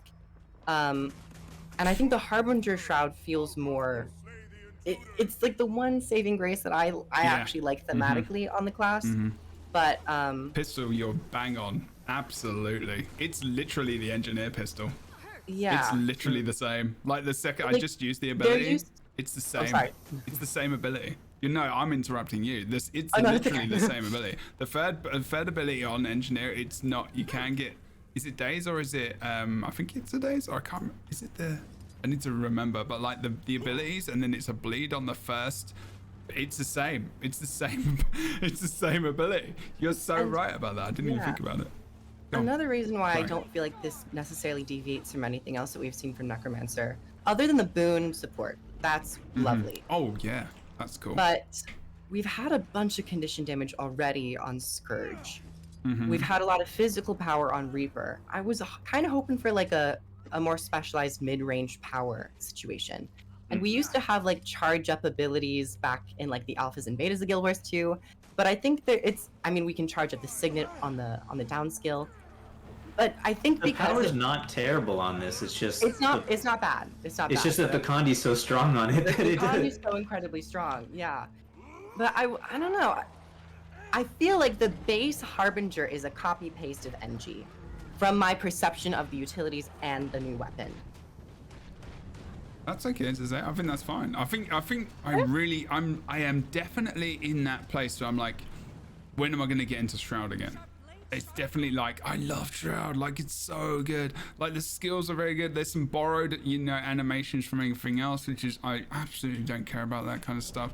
But the third skill, is Rampage free. So there's some, there's some familiarity there, which I think is good for players. The fourth skill is really, really good. Voracious Arc, I was talking to you all about using Transfusion and having a lot of fun yes. with that. Like when you do that, when you hit the bounce where you teleport into you, that's when people get transported to you.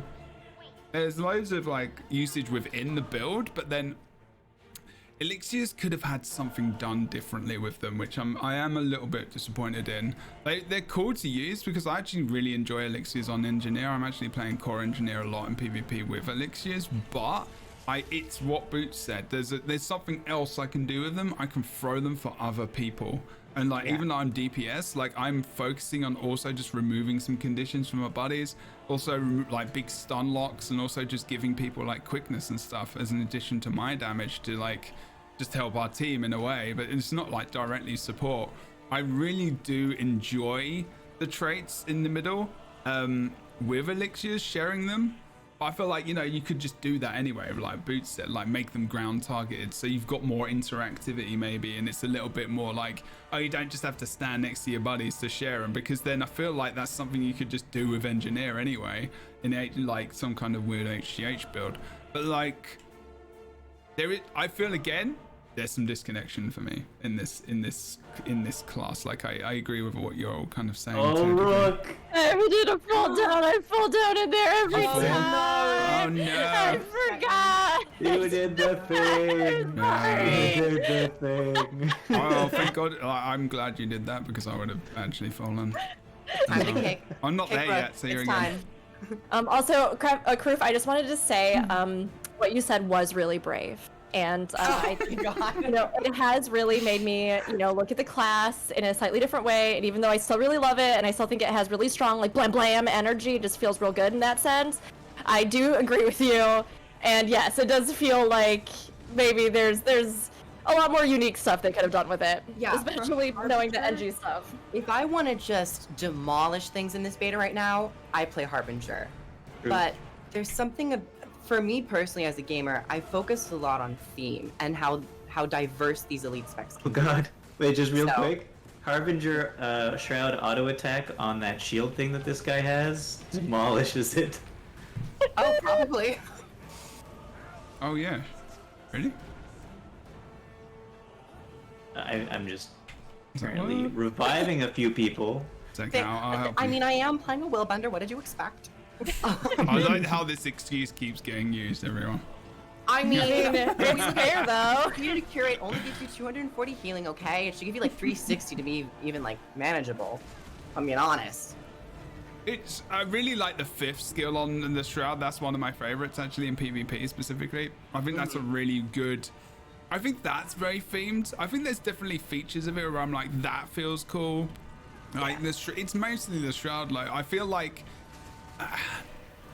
maybe like there is some copy and pasting kind of from other things, which doesn't make everything feel as unique as it could. So maybe in that way, I guess Virtuoso actually, in a way, kind of feels the most unique out of all of them I would agree. in a weird way. Like thinking about it, because now like I'm really like, okay, yeah, maybe I did mention something about pistol. Like maybe I was just like so used to it, and I haven't used NG pistol for so long because I don't play Condi much that I just don't remember. But like literally, it just feels very similar.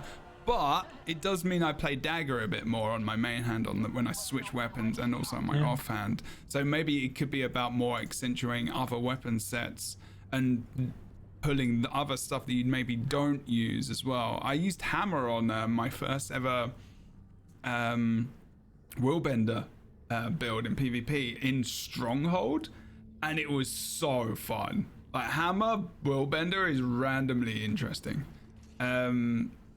Hammer. Oh, I have seen. Yeah, I right. saw Valen. He was running great sword and hammer, and I was like, "What?" Like That was my Well, first. yeah, because like if you're trying to lock absolute someone opposite. down, if you're trying to chase someone down and then lock someone down, the hammer's the way to do it. Yeah, exactly. Yeah, it was really, really good fun. So like, That's changing why I want the weapons. offhand sword to have like a cripple or something to where you can at least slow them down for a moment. But It was an Is there not immobilizing? there's a There's- 1 second mob on the 5th, Yeah. but that's it. Yeah. So Yeah, for the that's Harbinger, Okay. what have we Harbinger. decided? We've decided that the Shroud is awesome and fun. Yes. Maybe Yeah. a little overtuned on a few things, Oh, but we should do Sunquaw. Do we want to do Sunquaw and feel the Oh, camping we can do that. fantasy? We can do that. We can do that. Yeah, sure. yes, please, yes, please. Excellent. Yes, Um, please. And then, okay, so what's also interesting is that you want to be in it all the time, but there's also like Oh, nice. Cool. an We interesting. should be able to survive this. I This think is 17 so. AR. Yeah. Yeah. Sure, yeah, fine. Just don't get hit. I'm fine. I thought you were running Willbender. Like okay. 17 yeah. AR may be a bit too much for me. That's okay. I'll carry you in my strong Norn arms, Kroof. I got you. I like feeling You want me to dainty. get Virtuoso? Are we talking about? We're talking about Strip Thingy. When we do the next one, I'll go for that. Yeah. One, did we notice that in PvP, the Voracious Arc in Harbinger 4 it's a daze, and it also does 1,000 damage? Like, weren't they trying to cull away big I think damage in on CC skills? PvE it still does damage. No, those in things. PvP it does damage. Oh, in PvP it does In damage. Interesting. Well, PvP it does 1,000 that's- baseline. that's Yeah, I an feel like error. that's Or a not, it might not mistake. be baseline. That's an Could be a error, yeah. mistake, but very strong right now. Are the abilities actually a lot different in PvP to PvE? They have changed. They do change, so maybe that's an error. Yeah, they're not supposed to. So everyone in chat, like basically, maybe it must be about a year ago now. They basically wanted to change stuns or any kind of lockdown or CC abilities, so they didn't do damage at the same time as basically doing the CC. So it was just like, this is the job of this ability, and cool. But like, yeah, that's right. That's true, actually. Oh yeah, I forgot. I got to get that on me. It's actually useful. But yeah, right, Criff. Good, well figured out there. Good point. I've only been playing these elite specs across this every day. So I'm like really hyper focused on everything. I died too. Oh, do you die? Yeah, you've made a lot of content. You've done a lot of stuff for this. Done a I lot. have 3 more PvP videos to do too. Woo! Sure. I'm using some of my stuff from VODs for it, but I've been playing there's some other betas that are out there right now, MMO wise. I'm playing some different bits and bobs. The question. Oh, yeah. Huh? What's more important than this, though? Hey, Exactly. You gotta give them the Finishing data. my Norn is too he doesn't know how to jump. I've been playing this elite spec like it's a part-time job, okay? I'm putting in the hours. That's okay. I'm giving them all the For data. flip's sake, I don't like this place. It's alright, I fell down too, it's okay. I think I've already done this once. We And we're haven't talking talked about only jump. Harbinger traits. Yeah, so the Harbinger traits, I think, are actually probably some of the better ones, in all honesty. Well, I say better. I'm saying better than the others. Fine. Like, I'm saying better. But like, it is better. but honestly, this like one- the elixir ones are actually not that bad. I actually think they're pretty good. I like the Deathly Haste one. I think it's just easy. I think it's just like you get into Shroud, you're gonna give quickness, and I was just like, you know, when we asked this question again, what are things missing? One of the things we said for Necro, quickness is missing to offer that extra support, and they gave it to it. But is that a good way of giving quickness? You just get in Shroud and people around you get the quickness. Is that good? I'm glad that you fine? talked about the Grandmasters first, because the Grandmasters, the along with main the other things, Grandmasters in these specs, feel very similar. Like, it's all just a pulsing ring around you. So I would actually like to see the cascading corruption, or like the power one and the boon one, be different.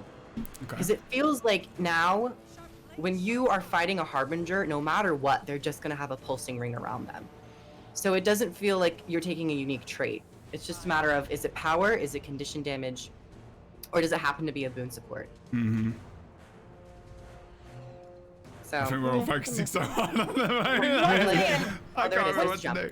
We're doing it. One thing I do like overall about Harbinger, though, is that I feel like the variety of builds at least are there, right? So like, even if Yes. those skills may be, you know, again, not as unique or as interesting as they could be, I did feel like out of the 3, this one most coherently, I was like, I could build it this way, I could build it that way, I could do Yeah. Kandi. I really loved the idea of like, oh man, I just really, really like that idea of being able to spread all of those as a kind of unique, you know, again, support and buffer / boon provider. Like, I really enjoyed those different ways to build, and I felt like the actual skill lines did reinforce that in a way that I felt would be effective for me to build out. I would got it. agree. I want to really try like a tanky, bruisery Harbinger, just because it's like the passive health regeneration of it all. Yeah, I made a build that was, you don't go into Shroud ever, and instead just heal 900 health a second. But then that goes with the problem that Harbinger Shroud is just so much fun, so it's not fun. And also, what do you It do just- outside that? Like, Shroud is such an important part. fun. Yeah. Yeah, because Yeah. you can get a lot of pass. So if chat doesn't and people don't know what we're talking about, like when the idea is basically, you know, normal Death Shroud for Necron other specs is almost like a second health bar, and then this spec, when you go into Shroud, it isn't. But if you've got missing HP and you've got Life Force, it seeps into your health. So in a way, it is another second health bar, It but in a is, very different, like in a different way. So it's still got that kind of element of it, which I think is actually quite cool, because I don't think that was really talked about much like before. But Yeah, it's like, a lot. yeah, It's a lot like you're in Shroud. So in all other Necro specs, it's you use your Shroud to gain health or to not die. In this, you get out of Shroud to not die. But yeah, I don't know. It's kind of weird because it's all, the healing's all based on vitality and not healing power at all, which I think is I don't know if that's the best design choice. Wait, what was that? I Sorry, mean- can you repeat what you just said? So okay, the higher your vitality is, Yeah. the more you heal out of combat. Yeah. Because sorry, not out of combat, out of no, shroud. yeah. Because it's all dependent on how much your life force you're losing, essentially. When you, it's like 5% life force you lose per second, and then you heal a certain amount as well. I think it might be the exact same that you lose, maybe a little bit less. But it's entirely based on your vitality, because your life force is based on your vitality. When healing power doesn't affect it at all. So it's kind of weird that your healing is not at all based on your healing powers, instead based only on your vitality. I don't know if that's a bad thing necessarily. It's just an odd choice. I think it's because of some of those stat combos maybe that will work with it, like Marauder and Valkyrie, yeah, and even Carry on Harrier. even. Yeah, Carrion, exactly. And they, if you notice, like the stats they gave you, I mean, you got Carrion with it, which makes sense, right? Because it's Carrion is like such a good, it's a good amulet in PvP. It's a solid choice, I guess. How power, condition damage, and also health and whatnot. But like, it's just, I don't know. That's one thing that I found quite funny. Did you? When you opened the actually, let's keep on with Harbinger. I'll talk about that. We'll talk about that later. Traits wise, let me have a quick look as well. The rest of them, I don't mind. The first trait line's not too bad though. Like, just there is a very clear path in the Harbinger traits. Like, there's condition at the bottom, pretty much. The middle is elixirs, and then the top is power, right? I mean, is that good? Is that a good way for them to go? Does it make it easier for players to kind of new players, specifically? They kind of did that with Virtuoso too. Yeah, it's a good design choice, I guess, for new players. I'm not entirely sold on how good the power line is, though. Mm-hmm. What do you think it needs? This is a Condi spec. This feels Yeah, like I know, but they have an entire line of traits for power that aren't that interesting. And also we had Scourge, so I actually don't like the Condi stuff, so you would rather it very be strong, focused it's very on strong. power. Ah. Like, for example, for the adept traits, the Condi version of it gives you a 0.5% of expertise per blight you have, and poison on F2. The power one only does 0.5 damage per blight. It doesn't do that extra thing that the Condi does. The Grandmaster does a pulsing damage for the power, and for the Condi it does pulsing damage, torment, weakness, all at the same time. It's like it's just worse traits overall, it seems. Okay. I think in order to balance that, the corruption, the torment one doesn't need the weakness. You could probably like front load the weakness and cripple on the power one, because those aren't necessarily damaging conditions, but you still get use out of the expertise to make them last a bit longer. So what about the torment? The torment's interesting. I'm not sure if this is what you were talking about this earlier. Again, Creef, like watching your videos. But like talking about torment being a condition that seems to be specifically to this elite spec as well. Rather, it now just feels like it's like a necro thing, and also, you know, maybe a mesmer thing as well, Mirage obviously, but like A little bit of rev too. yeah, and rev, yeah, of course, definitely, right. But like, is that? I mean, that's the thing, isn't it? It's like, is that what you're talking about when you say you don't like the condition damage as well in it, or is it just like you don't like the condition damage of it kind of at all, really? I like the idea of conditions being on this, but we just had a very burning and torment focused elite spec with Scourge. True. And so I wasn't wowed or interested in it. I would have much preferred something along the lines of like Your power. poison, weakness, and vulnerability, but still incentivizing expertise, because I feel like power builds don't care about expertise at all, because it's often associated with condition damage. Yes, condition damage, yeah. So counterpoint, Brave and what was the thing? Brave and Controversial. Yeah, Brave. Brave and controversial opinion. Yes, we did just have a very tormenty Condi spec, but just before that, for the other elite, we had a power elite spec. But we had So an I think alien they- power. We It have doesn't not matter. It was had still a power. It was still a power elite spec. It wasn't a Condi elite spec. No, but the function of damage. I understand. But so what I'm saying is that I think they wanted to go hybrid for this one. Oh, You could do because either they Condi did or go. power. The I can see problem that. is the power version of it is not good enough. But the problem with hybrid, when you look at it as a total design, one of them is going to be weaker inherently. You cannot difficult, have both right. functioning at I max mean, potential. unless, well, I mean, I guess Scourge is kind of did that in PvE But for a if, long time if and it still does, does. then we have Path of Fire issues where Yeah. PvP becomes Wait, how do you so. play this again?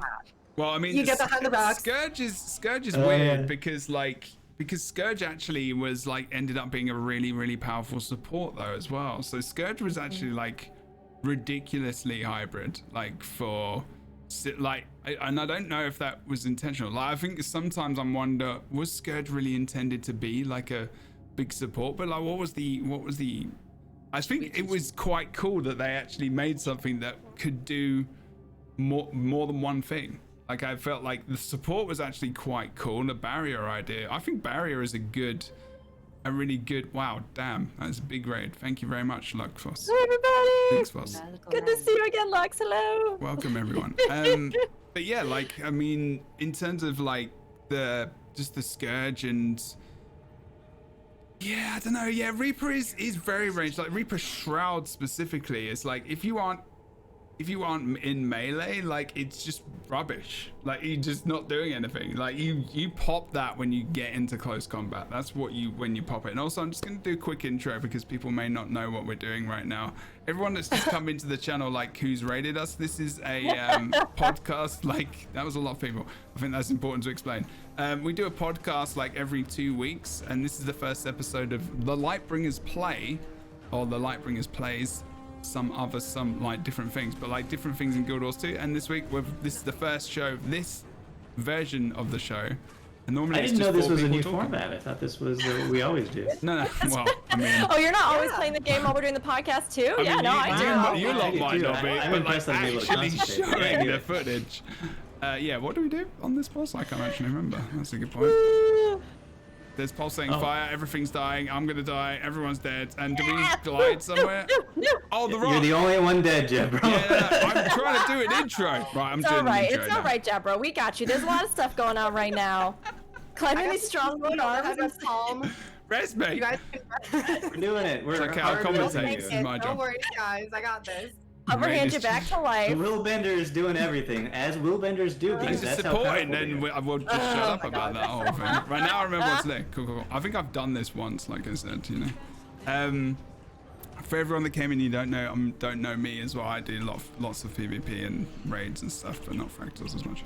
I'm defending myself, but yeah. So this is a podcast we do, and we talk about all things Guild Wars 2. But obviously, there's the beta, and maybe you're all enjoying yourself, and you've all enjoyed the things, but talking a little bit less to chat, and we kind of focus on our conversations in here as well as bringing in the different things. I'm gonna go and stand behind this now as well, probably. Harbinger Shroud saved me. But yeah, so welcome everyone, and thank you very much for the raid as well. It's very, very, very much appreciated. We're talking about Harbinger specifically at the moment, so if you want to drop your thoughts in the chat, maybe we'll be able to talk about your thoughts as well. But in terms of like, so Kroof, you're saying I get what you mean as well. Again, it comes to that kind of idea that I feel like there is a little bit of disconnection in maybe what they're trying to achieve with this, or what they want to achieve, maybe to the point where they've got that split, and it's like they've got the power split, they've got the elixir split, and then they've got the condition as well. And I feel like the condition damage is like really, really awesome, but like where's the power? Like what do you hit with that? PvP, I've been using axe. I haven't used pistol much for power, so it's axe. I mean, I think focus and right stuff, now I'm running Kroof. You did a power build, right? You did your power build I did a combo. I tried grieving. I wanted to try the Yes. Cool. So I'm actually running what Kroof did in the recent video, and I haven't necessarily felt like, granted, and this is not with like number parsing, this is not with anything else, right? This is just playing, course. feeling, and Yeah. experiencing. I haven't felt like it hasn't been impactful or effective. It was a little strange, I will admit, you know, looking and being like, okay, so we've got a little bit here for maybe some of the poison, and then we've got a little bit here. But I don't necessarily dislike the idea of them trying to do this, especially with the last 2 elite specializations, like we were saying, maybe sort of focusing on both of these, so then it kind of leaves you in this place where you're like, okay, well, what do we do with this one? So like the idea of having something that's more of a hybrid and that you can kind of build in a variety of ways, I like, But does it, yes, maybe cause some little spots where you can't as cohesively hone in on one specific thing? Yes, but I also think that's just the nature of hybrid classes in games. Anytime you have something that does try to do multiple things or allow multiple options, usually it's not going to be as strong as a class that's perfectly tailored to do this one thing, you know?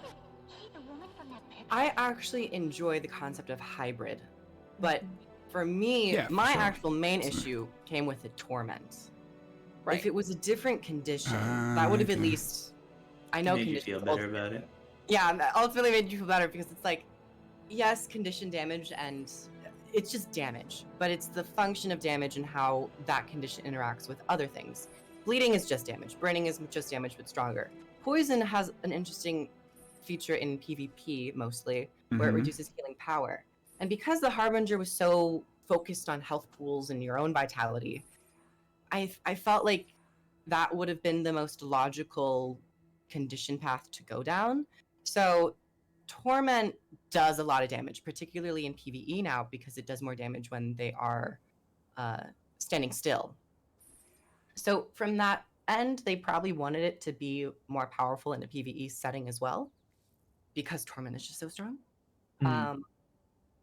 But there, I mean, I kind of get you. I think, you know what? I wouldn't mind if all Torment on Harbinger was replaced by Poison, and Poison, like on that trait that gives you Poison on F2, on skill 2, if that was Torment. Like if it was just swapped, reversed, Yeah. flip it, reverse it. That'd be fine. because not all the Torment needs to go away. Like the Harbinger 3 has a good Torment, but I honestly think that could do 2 stacks of Torment. But would that be too powerful though? Like if we were still having all the same cooldowns, all the same, the speed of the auto attack, for example, that does the Torment, would you be able to have that many stacks of poison going on? Is that or is that too strong? Because poison stacks are baseline stronger than Torment stacks. Well, because if it's just one condition and you focus on one condition, you only need one skill to remove one Condi. Mhm. You don't have to worry about, and because poison doesn't do a lot of damage baseline, you have to really build those stacks up to start getting condition damage out of it. So it's a prolonged cursing effect. Mm. And because it's only one condition, if you focus on the poison, it's only one Condi removal. But then again, the damage would all fall off. So I don't know if. And also, I think the fact, like, Necro as its own entity is designed around putting as many different conditions on something to begin with. Which So, I also don't necessarily agree with entirely in terms of like balancing the game, but yeah, that's fair. That's fair. It's just like Yeah. if Harbinger was entirely poison, you'd have all the cover Condis as a Necro anyway. We can go, by the way. Sorry. Yeah. Oh yeah. I was just changing my build It's to funny. power. It seems like chat also agrees. I mean, it really does, at least from the alchemist standpoint. And again, we don't totally know with the idea of stuff as far as what the magic is and all the things that might be contained in the jade, right?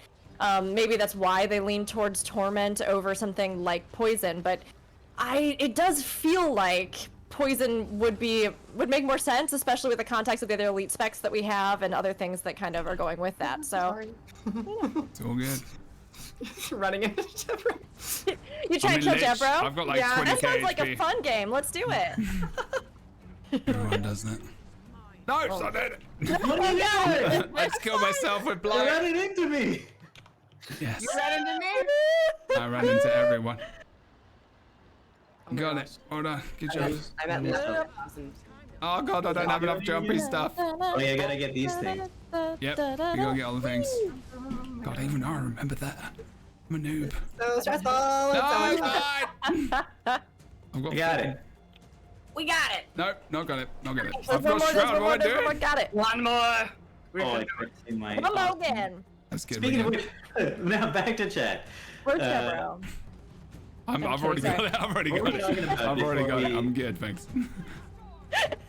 Yeah, but like, yeah, playing. I think as well, like, you know, when you're playing power, because I was playing power in the raid. So I played raids. I played power condition damage and also like a support harbinger build, which doesn't really do much other than kind of, I guess, pads your health a little bit here and there, and maybe just help, because it was everything. It was like healing as well as, like, you know, the perma quickness for my group, which was kind of cool. And like, Oh, yeah, do throwing we out, want to talk about that for a second? thingamajigs. Oh, the support build? No, that one trait that doesn't have anything to do with elixirs, and oops, I was not paying attention.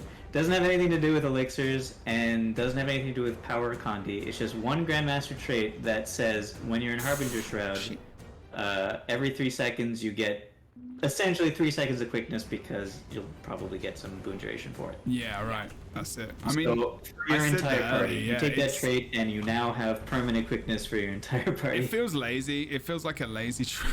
No, if I'm honest, it does. I don't want them to change it because I love it. I like it, yeah, but I would actually like it to be a little bit more, do something to get it. Like, you know the engineer trait, one of the traits I really love in the game that they added was the blind on dodge trait for Engie in explosives. Like the blind and the stun, like actually thinking about that's actually a really, really big PvP trait. But like what that is essentially, oh damn, did you die? I'm trying. That's okay. I got revive orbs. I'm good. Oh, okay, right. I'm good. Oh, my PvE friends are hero. dying. But like, I really like that trait, and I would love to see some of that ingenuity What's that? coming back. Oh, blimey. Whoops, I don't have orbs. 15 stacks Do you of get- burning, but that's okay. I'm gonna die again. Do you get orbs in the? Do you get orbs in the pack they gave you? No, you Oh, probably No, it's don't, just do on you? my account. Damn it. Smart. I'm using another one, guys. I'm trying. You're doing I'm it. trying, friend. You're doing It's it. difficult to do a You're I doing want it. you podcast. all to be here for victory. Oh my god. It's difficult to do a podcast and talk to chat and talk to everyone. I think we're doing We got this. deep Brooke and sadness. we're the dream You team. got it. You Come got on, it. dream team. I just Easy keep- game, easy life. Keep killing myself with my elixirs. Killing me softly with my lips. Felix What's the boss says, on? killing me softly. You can, but with you can my focus on it. Harbinger You shine. really are trying to heal me right now. Like fair play. I'm trying. You Look, are a I'm diamond. trying so hard, an Jeb, but absolute it's not gonna legend. happen. Rip. I'm need to really take my build. trying. Might need a You want me little to just wipe it so we can restart? I don't know. You're pretty close to resing me. Pretty close to getting boots. I got you, I Boots. think maybe just keep going. To be fair, Okay, great. Yeah, let's do it. I believe. I'm kind of enjoying I this. got 4 more At least I revive can orbs. ask the Let's go. questions and put you under pressure while you're doing this. So this is good. Yeah, go for it. You two, you talk. You have a great time. I'll just focus on rezzing. So what is your so how are you surviving so well using your builds right now and resin? Yeah, You're doing yeah. great, She's just fantastic not work. standing in the things. Yeah, I've not managed necessarily to. gonna be. Some people call it get good at the game. I'm kidding. I'm kidding. I'm really Oh kidding. my god! Oh, as she does. Wow! Oh, what? Gone from bad to worse. That was I think we're all karma good, right man. there. Damn. That was karma right there. Wow. Damn. Brooke is actually really toxic. Amazing. Revealed here on the Lightbringers podcast. Get into game.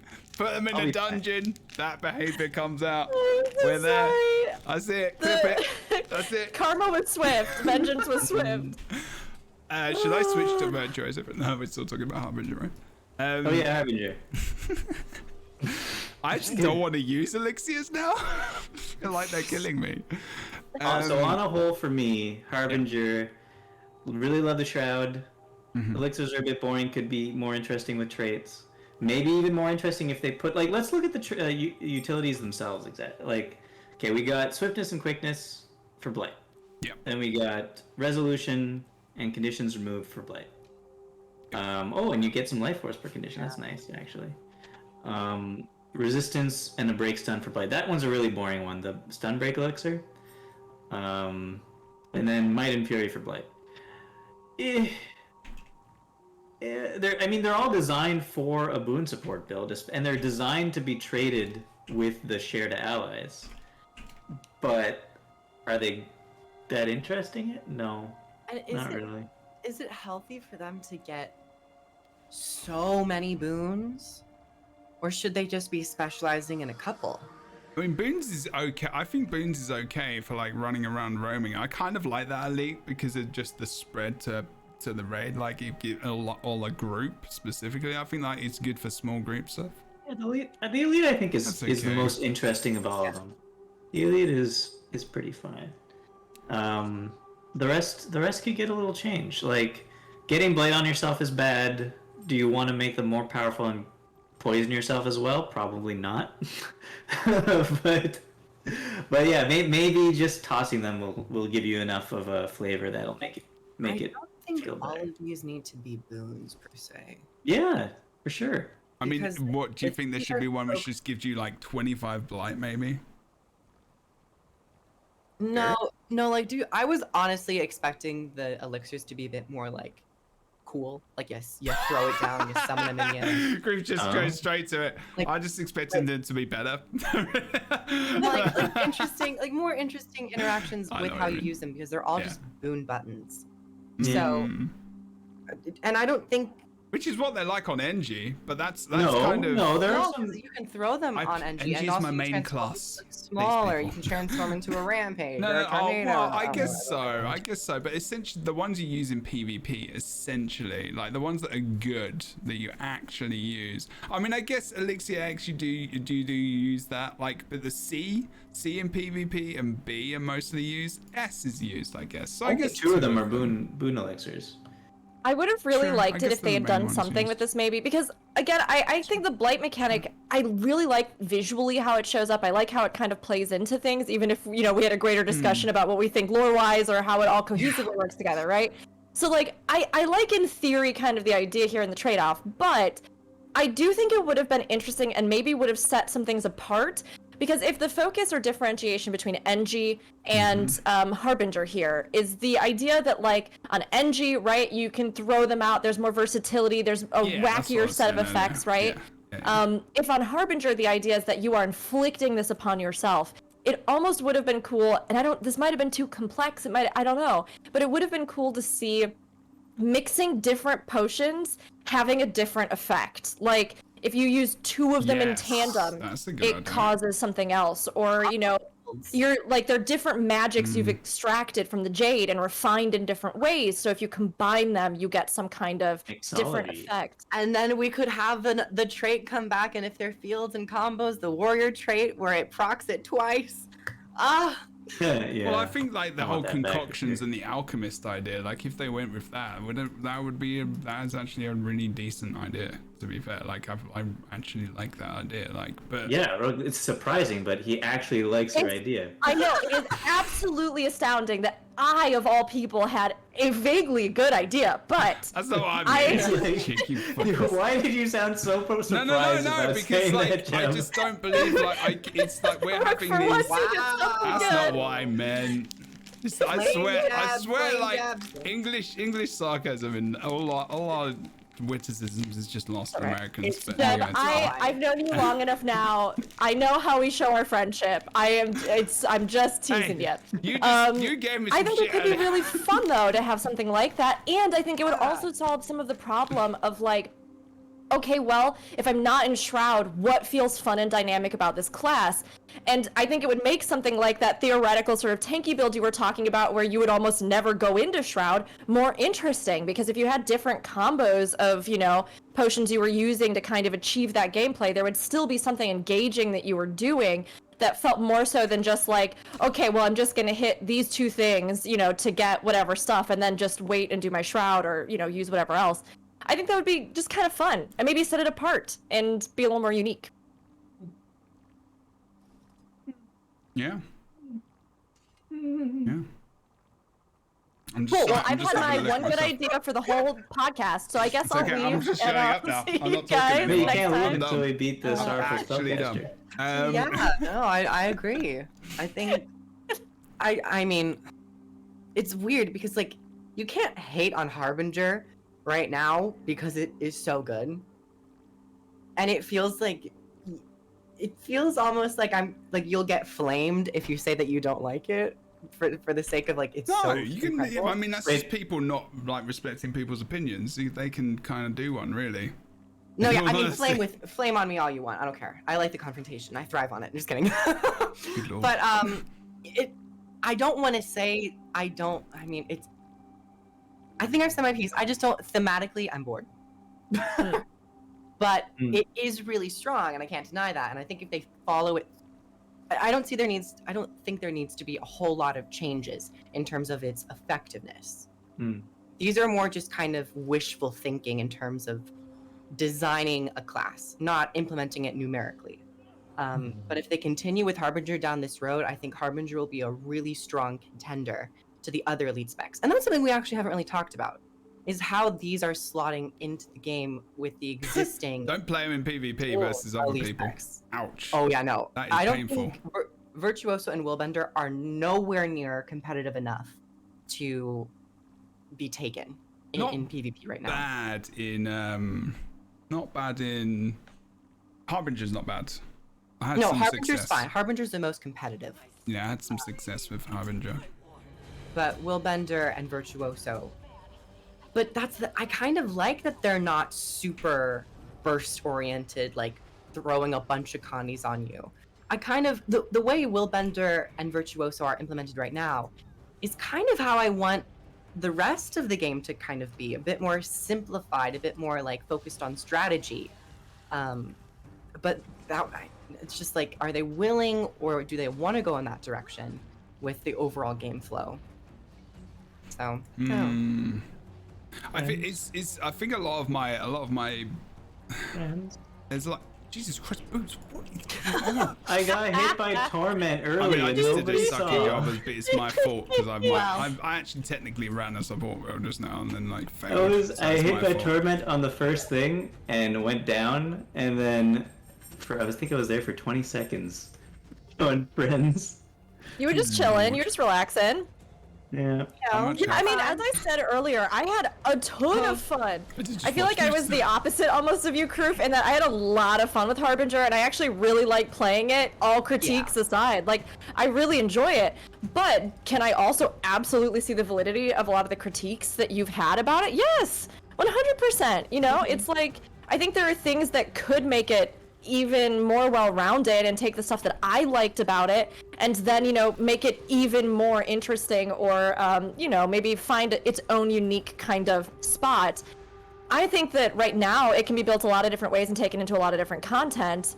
Willbender, maybe to me, feels the most specific to, like we were talking about, that PvP sort of bend, although it is fun to take out elsewhere, but I think that some of the skills and things, you know, maybe do, like we said, need some rebalancing or tweaking or additions, or it feels like, you know, it maybe is the most circumstantial for me right now overall as a class. And while Virtuoso is definitely, I think, solid, maybe the least flexible in terms of what you would want to be, you know, being creative about doing with the class or stuff like that.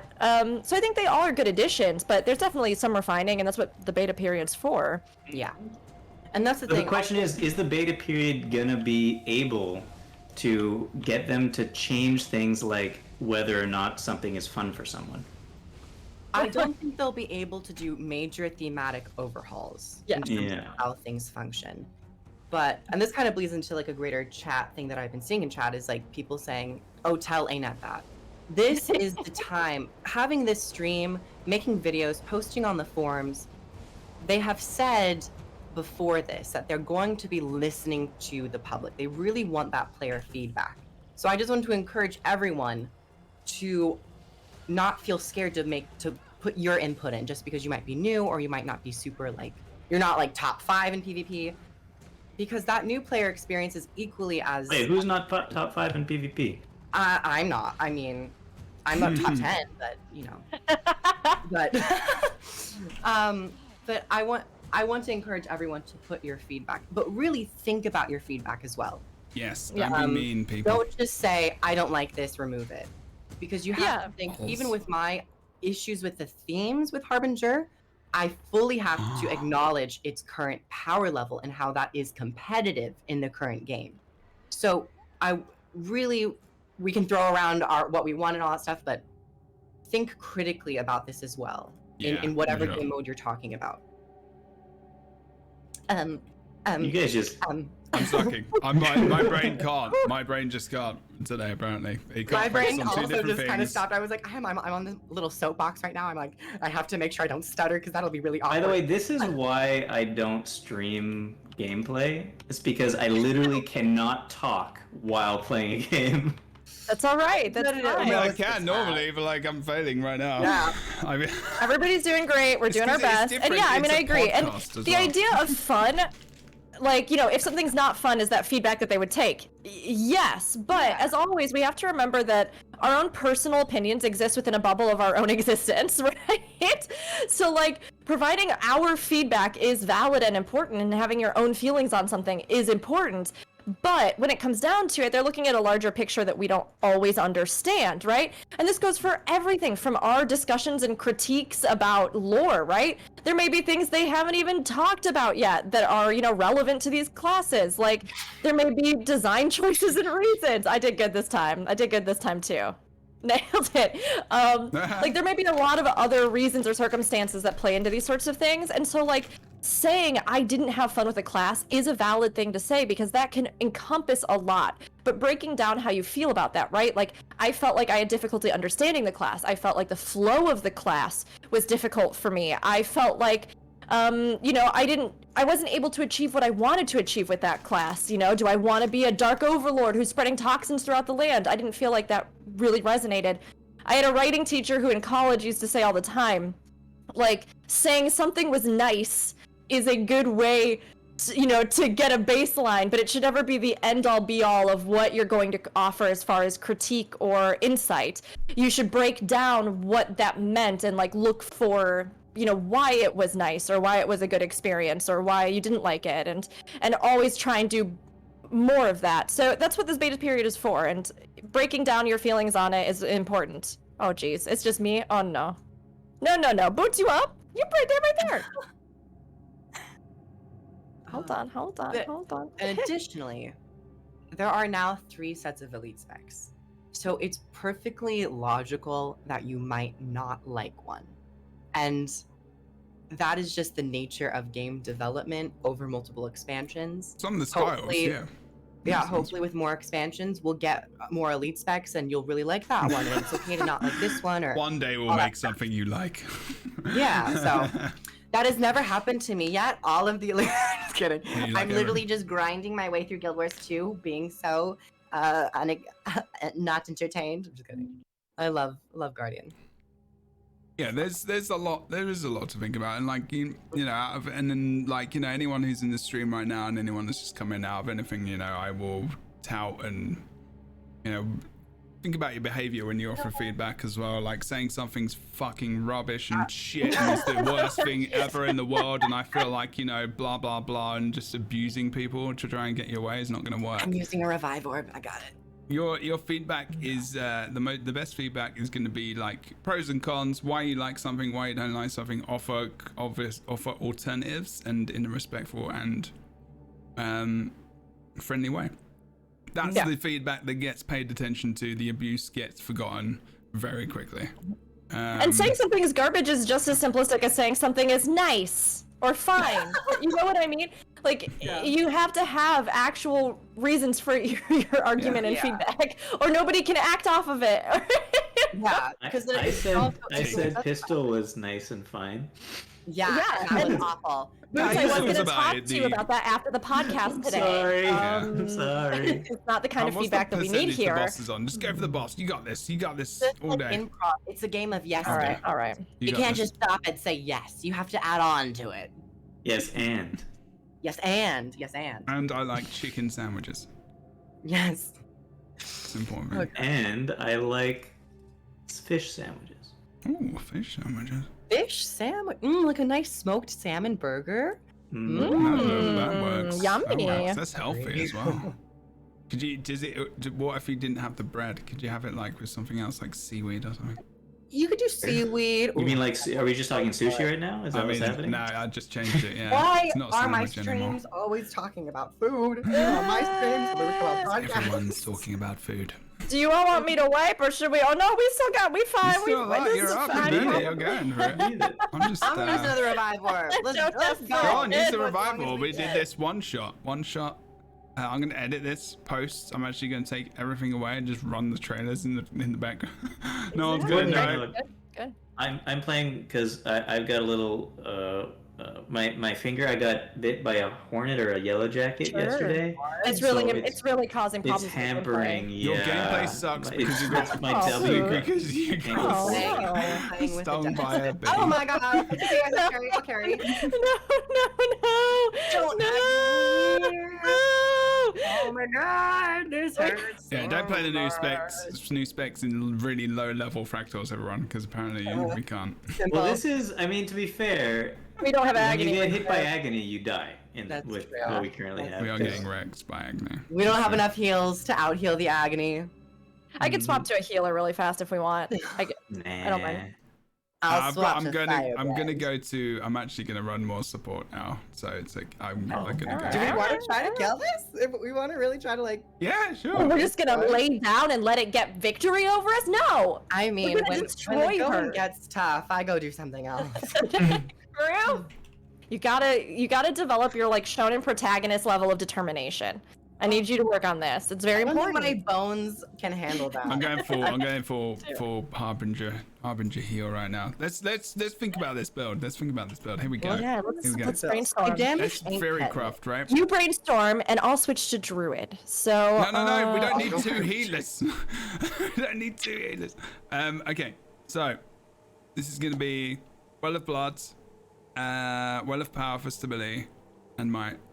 Signet for heal. What's gonna be the elite? Actually, the elite could be the elixir, I guess.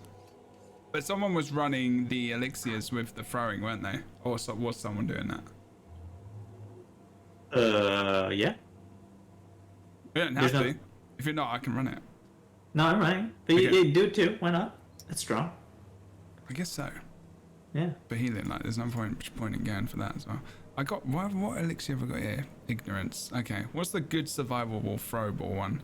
Probably swiftness, quickness, probably, yeah. I know, there's the... Actually, the resistance might be good, right? Let's break stun. Actually, might be good. What do you reckon, chat?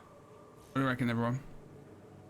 We'll just go for full damage. Resolution? Ooh, that could be good as well. Resolution one, I think, might be good. Yeah. Okay. Okay. Do Okay. we think Wells-wise, everyone? Are we thinking... Well, celestial. You guys, no, I'm not going Celestial, go Harrier. Celestial is where it's at though, Jeb. So I'd probably do that one. I can't do anything else because was running Harrier the other day, so Sure. this Wooden is Potatoes has another a good thing. suggestion, which is that if we can just get it together and do enough damage, then the boss will die.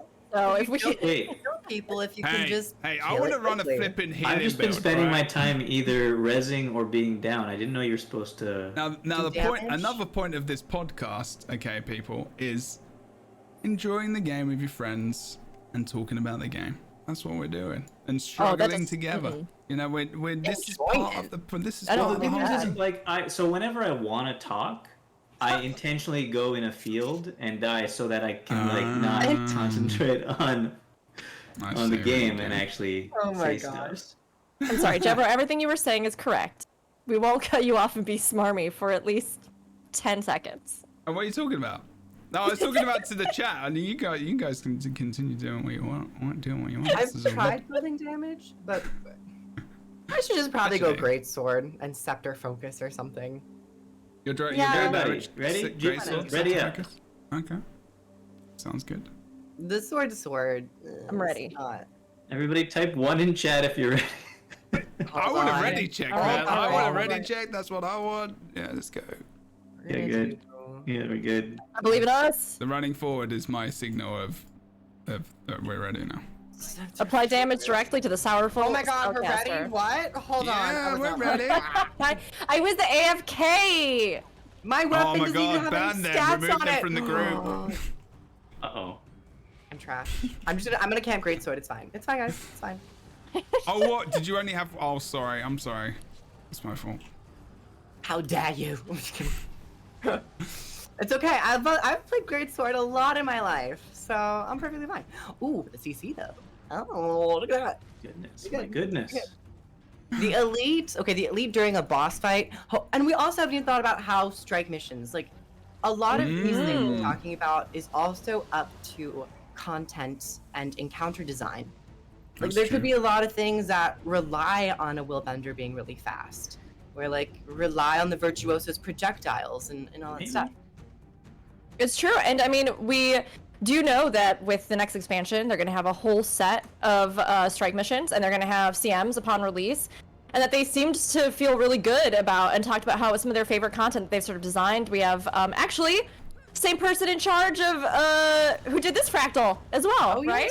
yes. Challenge mode. So I think it's one of those things where that's definitely a piece of content you can tell that they've been working on and a style that they've been working on. So the mechanics that might be in there could easily be there that would make a lot of this stuff shine. Absolutely. Yeah, strikes actually. Should we do one of those? We should go and do the easy ones. Ooh, Although there's not I much. would love to do like a strike. There's not much point in doing the easy ones, I guess. So maybe a more difficult one. I don't know. Maybe the maybe the what's the one with all the people? Where all the people running around. Fucking God. The war. Whisper, No, the the war. Coden, With all the people running around. Bone Skinner. No, that's not all the people. That's one boss. Bone Skinners are people, so. Dodging steel. Dodging steel. Bone skin or something. Oh crap. Oh crap. Oh crap. Oh crap. Here they come, here they come. Strikes. Oh, the double jump. Gotta love it. Now This there's one's gonna break one. boots. We're gonna have to go to another Uh-oh. one. Uh-oh. Oh crap. Oops! Oh yeah, you're right. The first mine won't ones that break as well. Run! down, they break. Run for your life! And the second ones do as well. So you have to actually go to the third slam. Forgot about that. Mm. Wow, we're pros, guys. We're Oh, one person. No biggie. We got it. Take my quickness. Oh yeah, you don't need to take the quickness trait. Is it too late now? I can't remember, probably. But we're not always in the same place, so.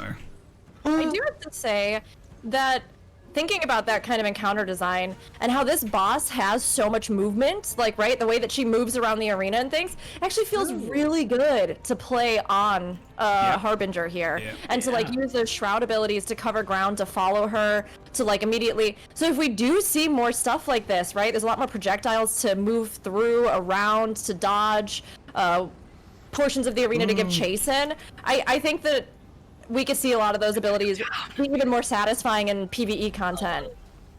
Good. I'm sorry. I'm having an No, audible you're journey. good. You're good. I gave love you, your audible oh, journey, shit. and I love taking it When with I you. stream, So. I'm very vocal. The focus is real now. That's basically all I could talk about. The only things I could actually say when I'm actually playing the game is like random noises. So Yes. Do a little elite spec, beta elite spec ASMR stream. do. We almost got it, though. We almost got it. We got okay. it. Okay, we're all alive. We're doing it. Yeah. It's like we're learning. So what do you do here again? Uh-oh. What do we do now? They're like water. Run around? We gotta that we have trade to, off like- the tether. Yeah. Yeah. Oh, okay. we So don't people just... have to juggle it back and forth. I got it. I'm up. How many stacks do you get? I don't know. You get a bunch of them, probably. Someone like grab it. Okay, here you go. I got 2 stacks. That's not too bad. That's not bad. I felt like there were many responses there that you could have had. And you probably get some. You probably get some of the stacks of the things. And you have 10 to you do die them. is what chat's saying. 10. Oh, Okay, okay. so 5 probably swap. Jebro, tell us when you're almost about to die, I've and got then we'll 5, do 6. something. We'll Maybe. run away from you as far as possible. I do love this water animation and the spell It's attack. cool. It's a different type of water. This Yeah. this fractal is literally a dungeon now as well. It feels like more of a dungeon. Yeah. It does, doesn't it? Yep, definitely. I really Oh, good. So now do we not have to think about the tether anymore? It applies slow. I can't see the tether. Yeah, this is good. We got this. CC. Hey, don't jinx us. True. And then they all died. And then we were shot down by a giant meteorite. I think at least in Harrier you can actually like you've got power because the stats still like actually not bad. Oh, Yeah, that's a lot of well, agony. Okay. This is wrong. looking pretty Wrong. good. Uh-oh, Kroof. No. I got the rest. I got the rest. Oh my god, there we go. Yeah, sing it. We did it. Take I my have- boons. I got it. And also, Got 2 stacks no. now. Oh no, big scary. Big concern. Okay. One heckin' concern. The bubble. Oh, there we You go. guys Got you, I need got you. There you go. You're all good. We're last 12%, guys. Yes. We're gonna... We Yes. got can just quit this. now, and it's like we did pretty well, right? Yeah. Absolutely. It's just working it out, you know? It's just taking a bunch of heal builds and Oh, also oh. not sword. But in fact, scepter or sword. Here, take all the boons. CC. Nice. Damage. GG. Good job. Hey, well done, Oh. everyone. Can we do the spike? Downstate. Destroy. That was so much smoother than the other attempts. It did go much smoother, yes. Mm-hmm. That was fun. So now I can talk again. Whew. Yay! We Yeah, the have been Harbingers- released from strike prison. But I don't think I actually can talk because my dog is barking downstairs. Daily and I should recommended probably mute my fractal mic. scale 25. Nice. Keep working. What do you think are going to be released next? The ones that... What are the next 3 that are on the website? I'm guessing Ellie. I hope Ellie's Someone had next. that idea. That symbol looks very similar to the Guild Wars 1 Ellie icon. So it's just Oh. like it'd be a nice callback. That would be cool. I don't know why. I just feel like there is this like pervasive hype for Ellie in the community, myself included, where for some reason I'm like, I just feel like it's gonna be really good. I think it's gonna be really good. I don't know why. I'm just super excited for what they could do with those elements with the Cantha setting and, you know, all the other stuff that they have going right now. So I hope Ellie is one of the next ones, or that it's the very last one that's revealed. And it's like revealed and it's so good. We all are mega hyped before the expansion. That would be. I I don't mean, know. I think NG's going to be best. So I wonder what makes you say that. I don't know. because I'm an Wow. engineer player. Engie kind of looks like Golemancer, though. At It's least gonna the be, yeah. icon where like a lot of people are theorizing that looks like a little tiny person inside of a thing that like would be closing on it. It's Which I'm gonna pretty be excited something. It could be a about. suit. It could be a suit. I think it would be a mistake if they did the elite like they do with the Asura elites, like having the different golems. I think if they did something like that, it would be awful. But if they do something where you put on different suits or something, or it's like some kind of robotic addition to you, I think it would be cool. But if they start doing that elite stuff where they put you in a flipping golem, I'm not gonna be happy. I'm gonna Mind be if I grab a little bit of water real "What is quick? that?" I'll be right back. If Yeah. that's okay. Go for it. I think I gotta cook dinner. We're in, not going to like- be we're not going to be that much longer. Actually, I'm literally going to pretty much end it because it is actually like Oh, okay, never mind. it's 3 p.m. We've been going for Go 3 get some hours. water. Take a real long time. And then we won't be Come here on when you get back. I have to go pick up my mail. I'll be right back. Is there anything so? I think the podcast, because I've actually got the podcast next week talking. I think we've actually kind of done what I was gonna say. Maybe we've like kind of done that. So we might actually just move on to like, you know, thinking about the rest of the things. But there is going to be one next week. But I might get some different opinions. We'll see what happens. But yeah, all in all, I think we've had fun. Just to kind of summarize, as the podcast should be done normally. General thoughts and feelings seem to be like, yeah, this has been okay. This has been cool. Number one, it's awesome to test all this stuff beforehand, because did we get that with Path of Fire? I can't even remember. I don't think we did at all. We got like 1 or 2 beta weekends. the beta. It we was only did. 2 days too. It was just And it was PvP. like a week before the expansion came. Yeah, And it was only in just PvP. Yeah, so we didn't even get this opportunity. So just for remembering, like, that is a big thing. Like, we've had this everywhere. This is everywhere, and didn't they do this with Heart of Thorns before? Did they have this Yes. before, or was it just the maps in that region? No, I think we could test out the elite specs. Yeah, I remember. I remember seeing a bunch was of beta Vernon footage Brink. on YouTube. Vernon Brink. There was definitely Rev. But like, I think that this is a lot more of a call to what they're trying to do with our feedback and giving back to try and, you know, shape the game in a way we want to have. And we've got loads of betas coming up. We've got the World v World beta, don't forget alliances. We've even got the DX11 or whatever version we're thinking about in the beta coming later this year. You've got 2 more elite specs. You've got the mount we're going to be testing. You've got all of the specs together. That's when the mount's coming in, I'm pretty sure. So we've still got each month up until kind of the rest of this year. We've got loads of exciting stuff that's going to be tested.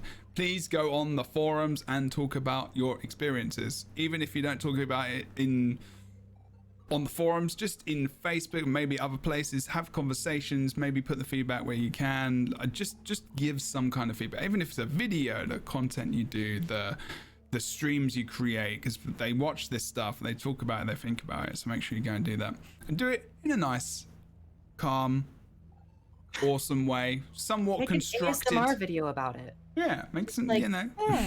Be like, Yeah, that'd be nice actually. this trait is absolute trash. Okay, I, in no, fact, no. would like this to be Proof's completely stripped from your negates what I just said.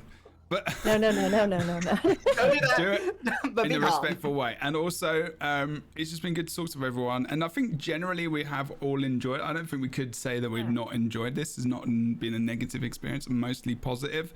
It's just that there's some, maybe at some points, we've all got different opinions about whether or not we enjoy specs. There's numbers. There's always going to be balance issues, power, things like that. Stuff that can be adjusted easy peasy. It's been 4 or 5 days. They're going to look at that and take it away and be like, That's okay, we why can do there's that. a beta. And that's why there's a beta. That's what we do. A beta And- next month, and the month after that, and then Yep. there. I love that we're getting to iron out Exactly. these things and have a sense of like we have a helping hand in the balance. And That's important. Yeah. And we can help, new people get interested, or people who are coming back, being able to like bring them in and say, hey, let's try out these elite specs together. Let's do this. Let's goof around. Let's see how it is. I mean, it's so great. And it's also good because, I mean, like everybody's been saying, it gives us a lot to talk about and share and give feedback about on the game. And I know we've said it several times, but I will say it again. You do not have to be just the absolute best in this game ever, at least by common, meta performance standards. You don't have to be that in order to give valuable feedback on this, No. right?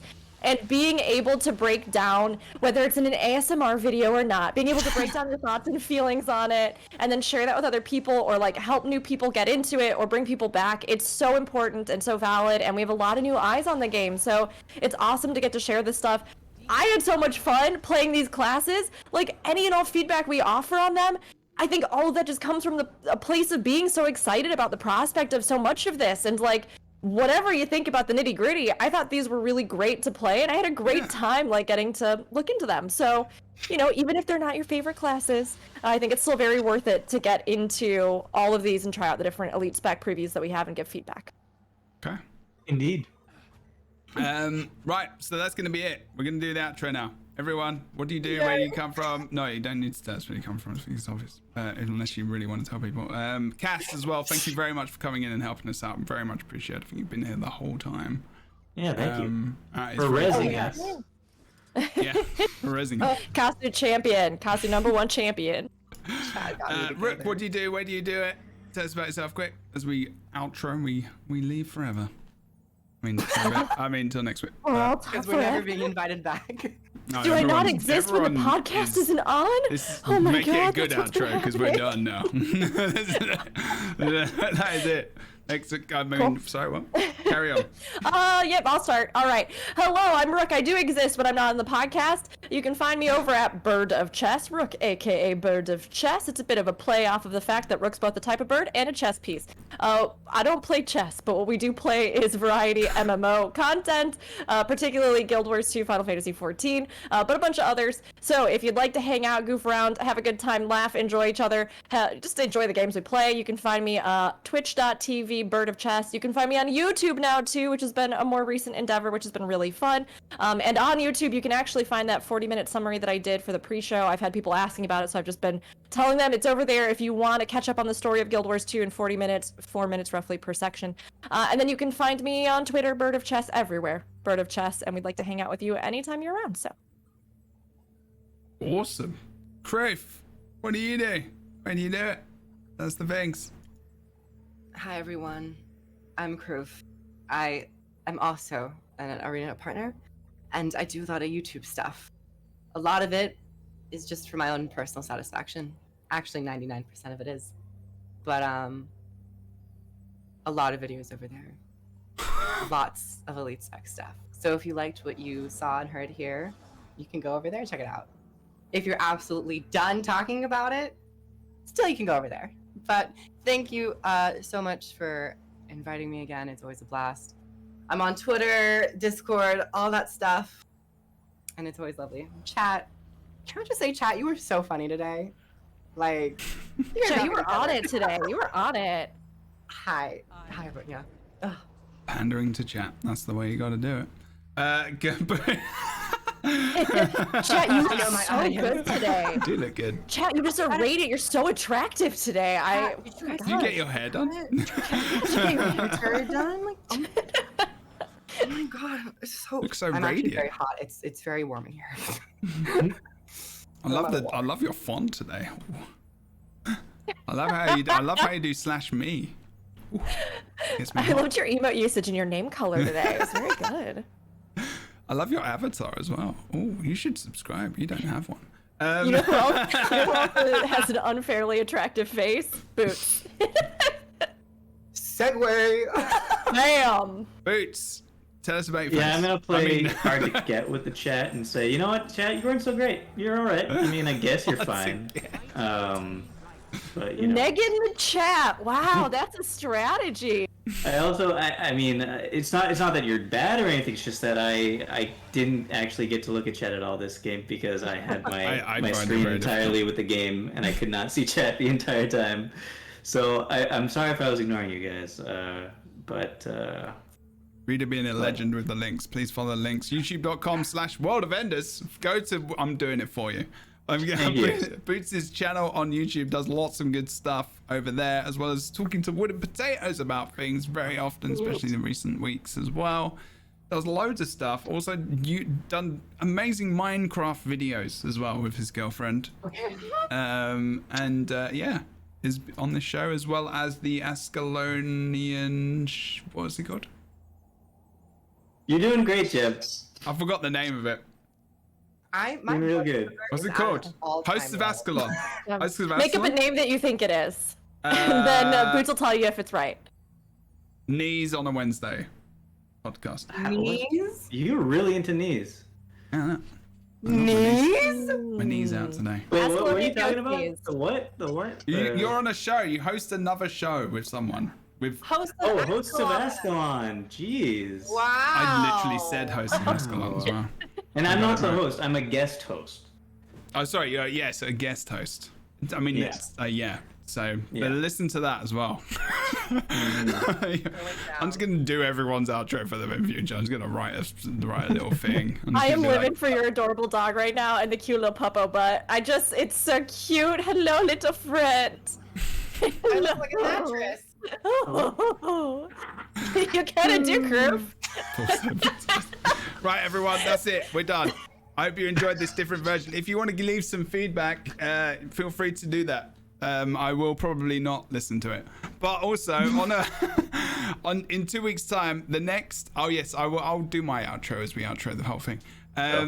But thank you for reminding me, because I probably was about to forget that. But also, if you have feedback on what you would like to see next, I will definitely take some feedback from the chat. I'll take some feedback on comments on YouTube, of course, as well, because in 2 weeks, it will be playing specific content in Guild Wars 2, and it will be likely like dungeons or fractals, or like the new player experience is something I want to play through as a group as well, and talk about that as we go through. So that'll probably be the next thing, and maybe going in some kind of order with a character might be quite cool.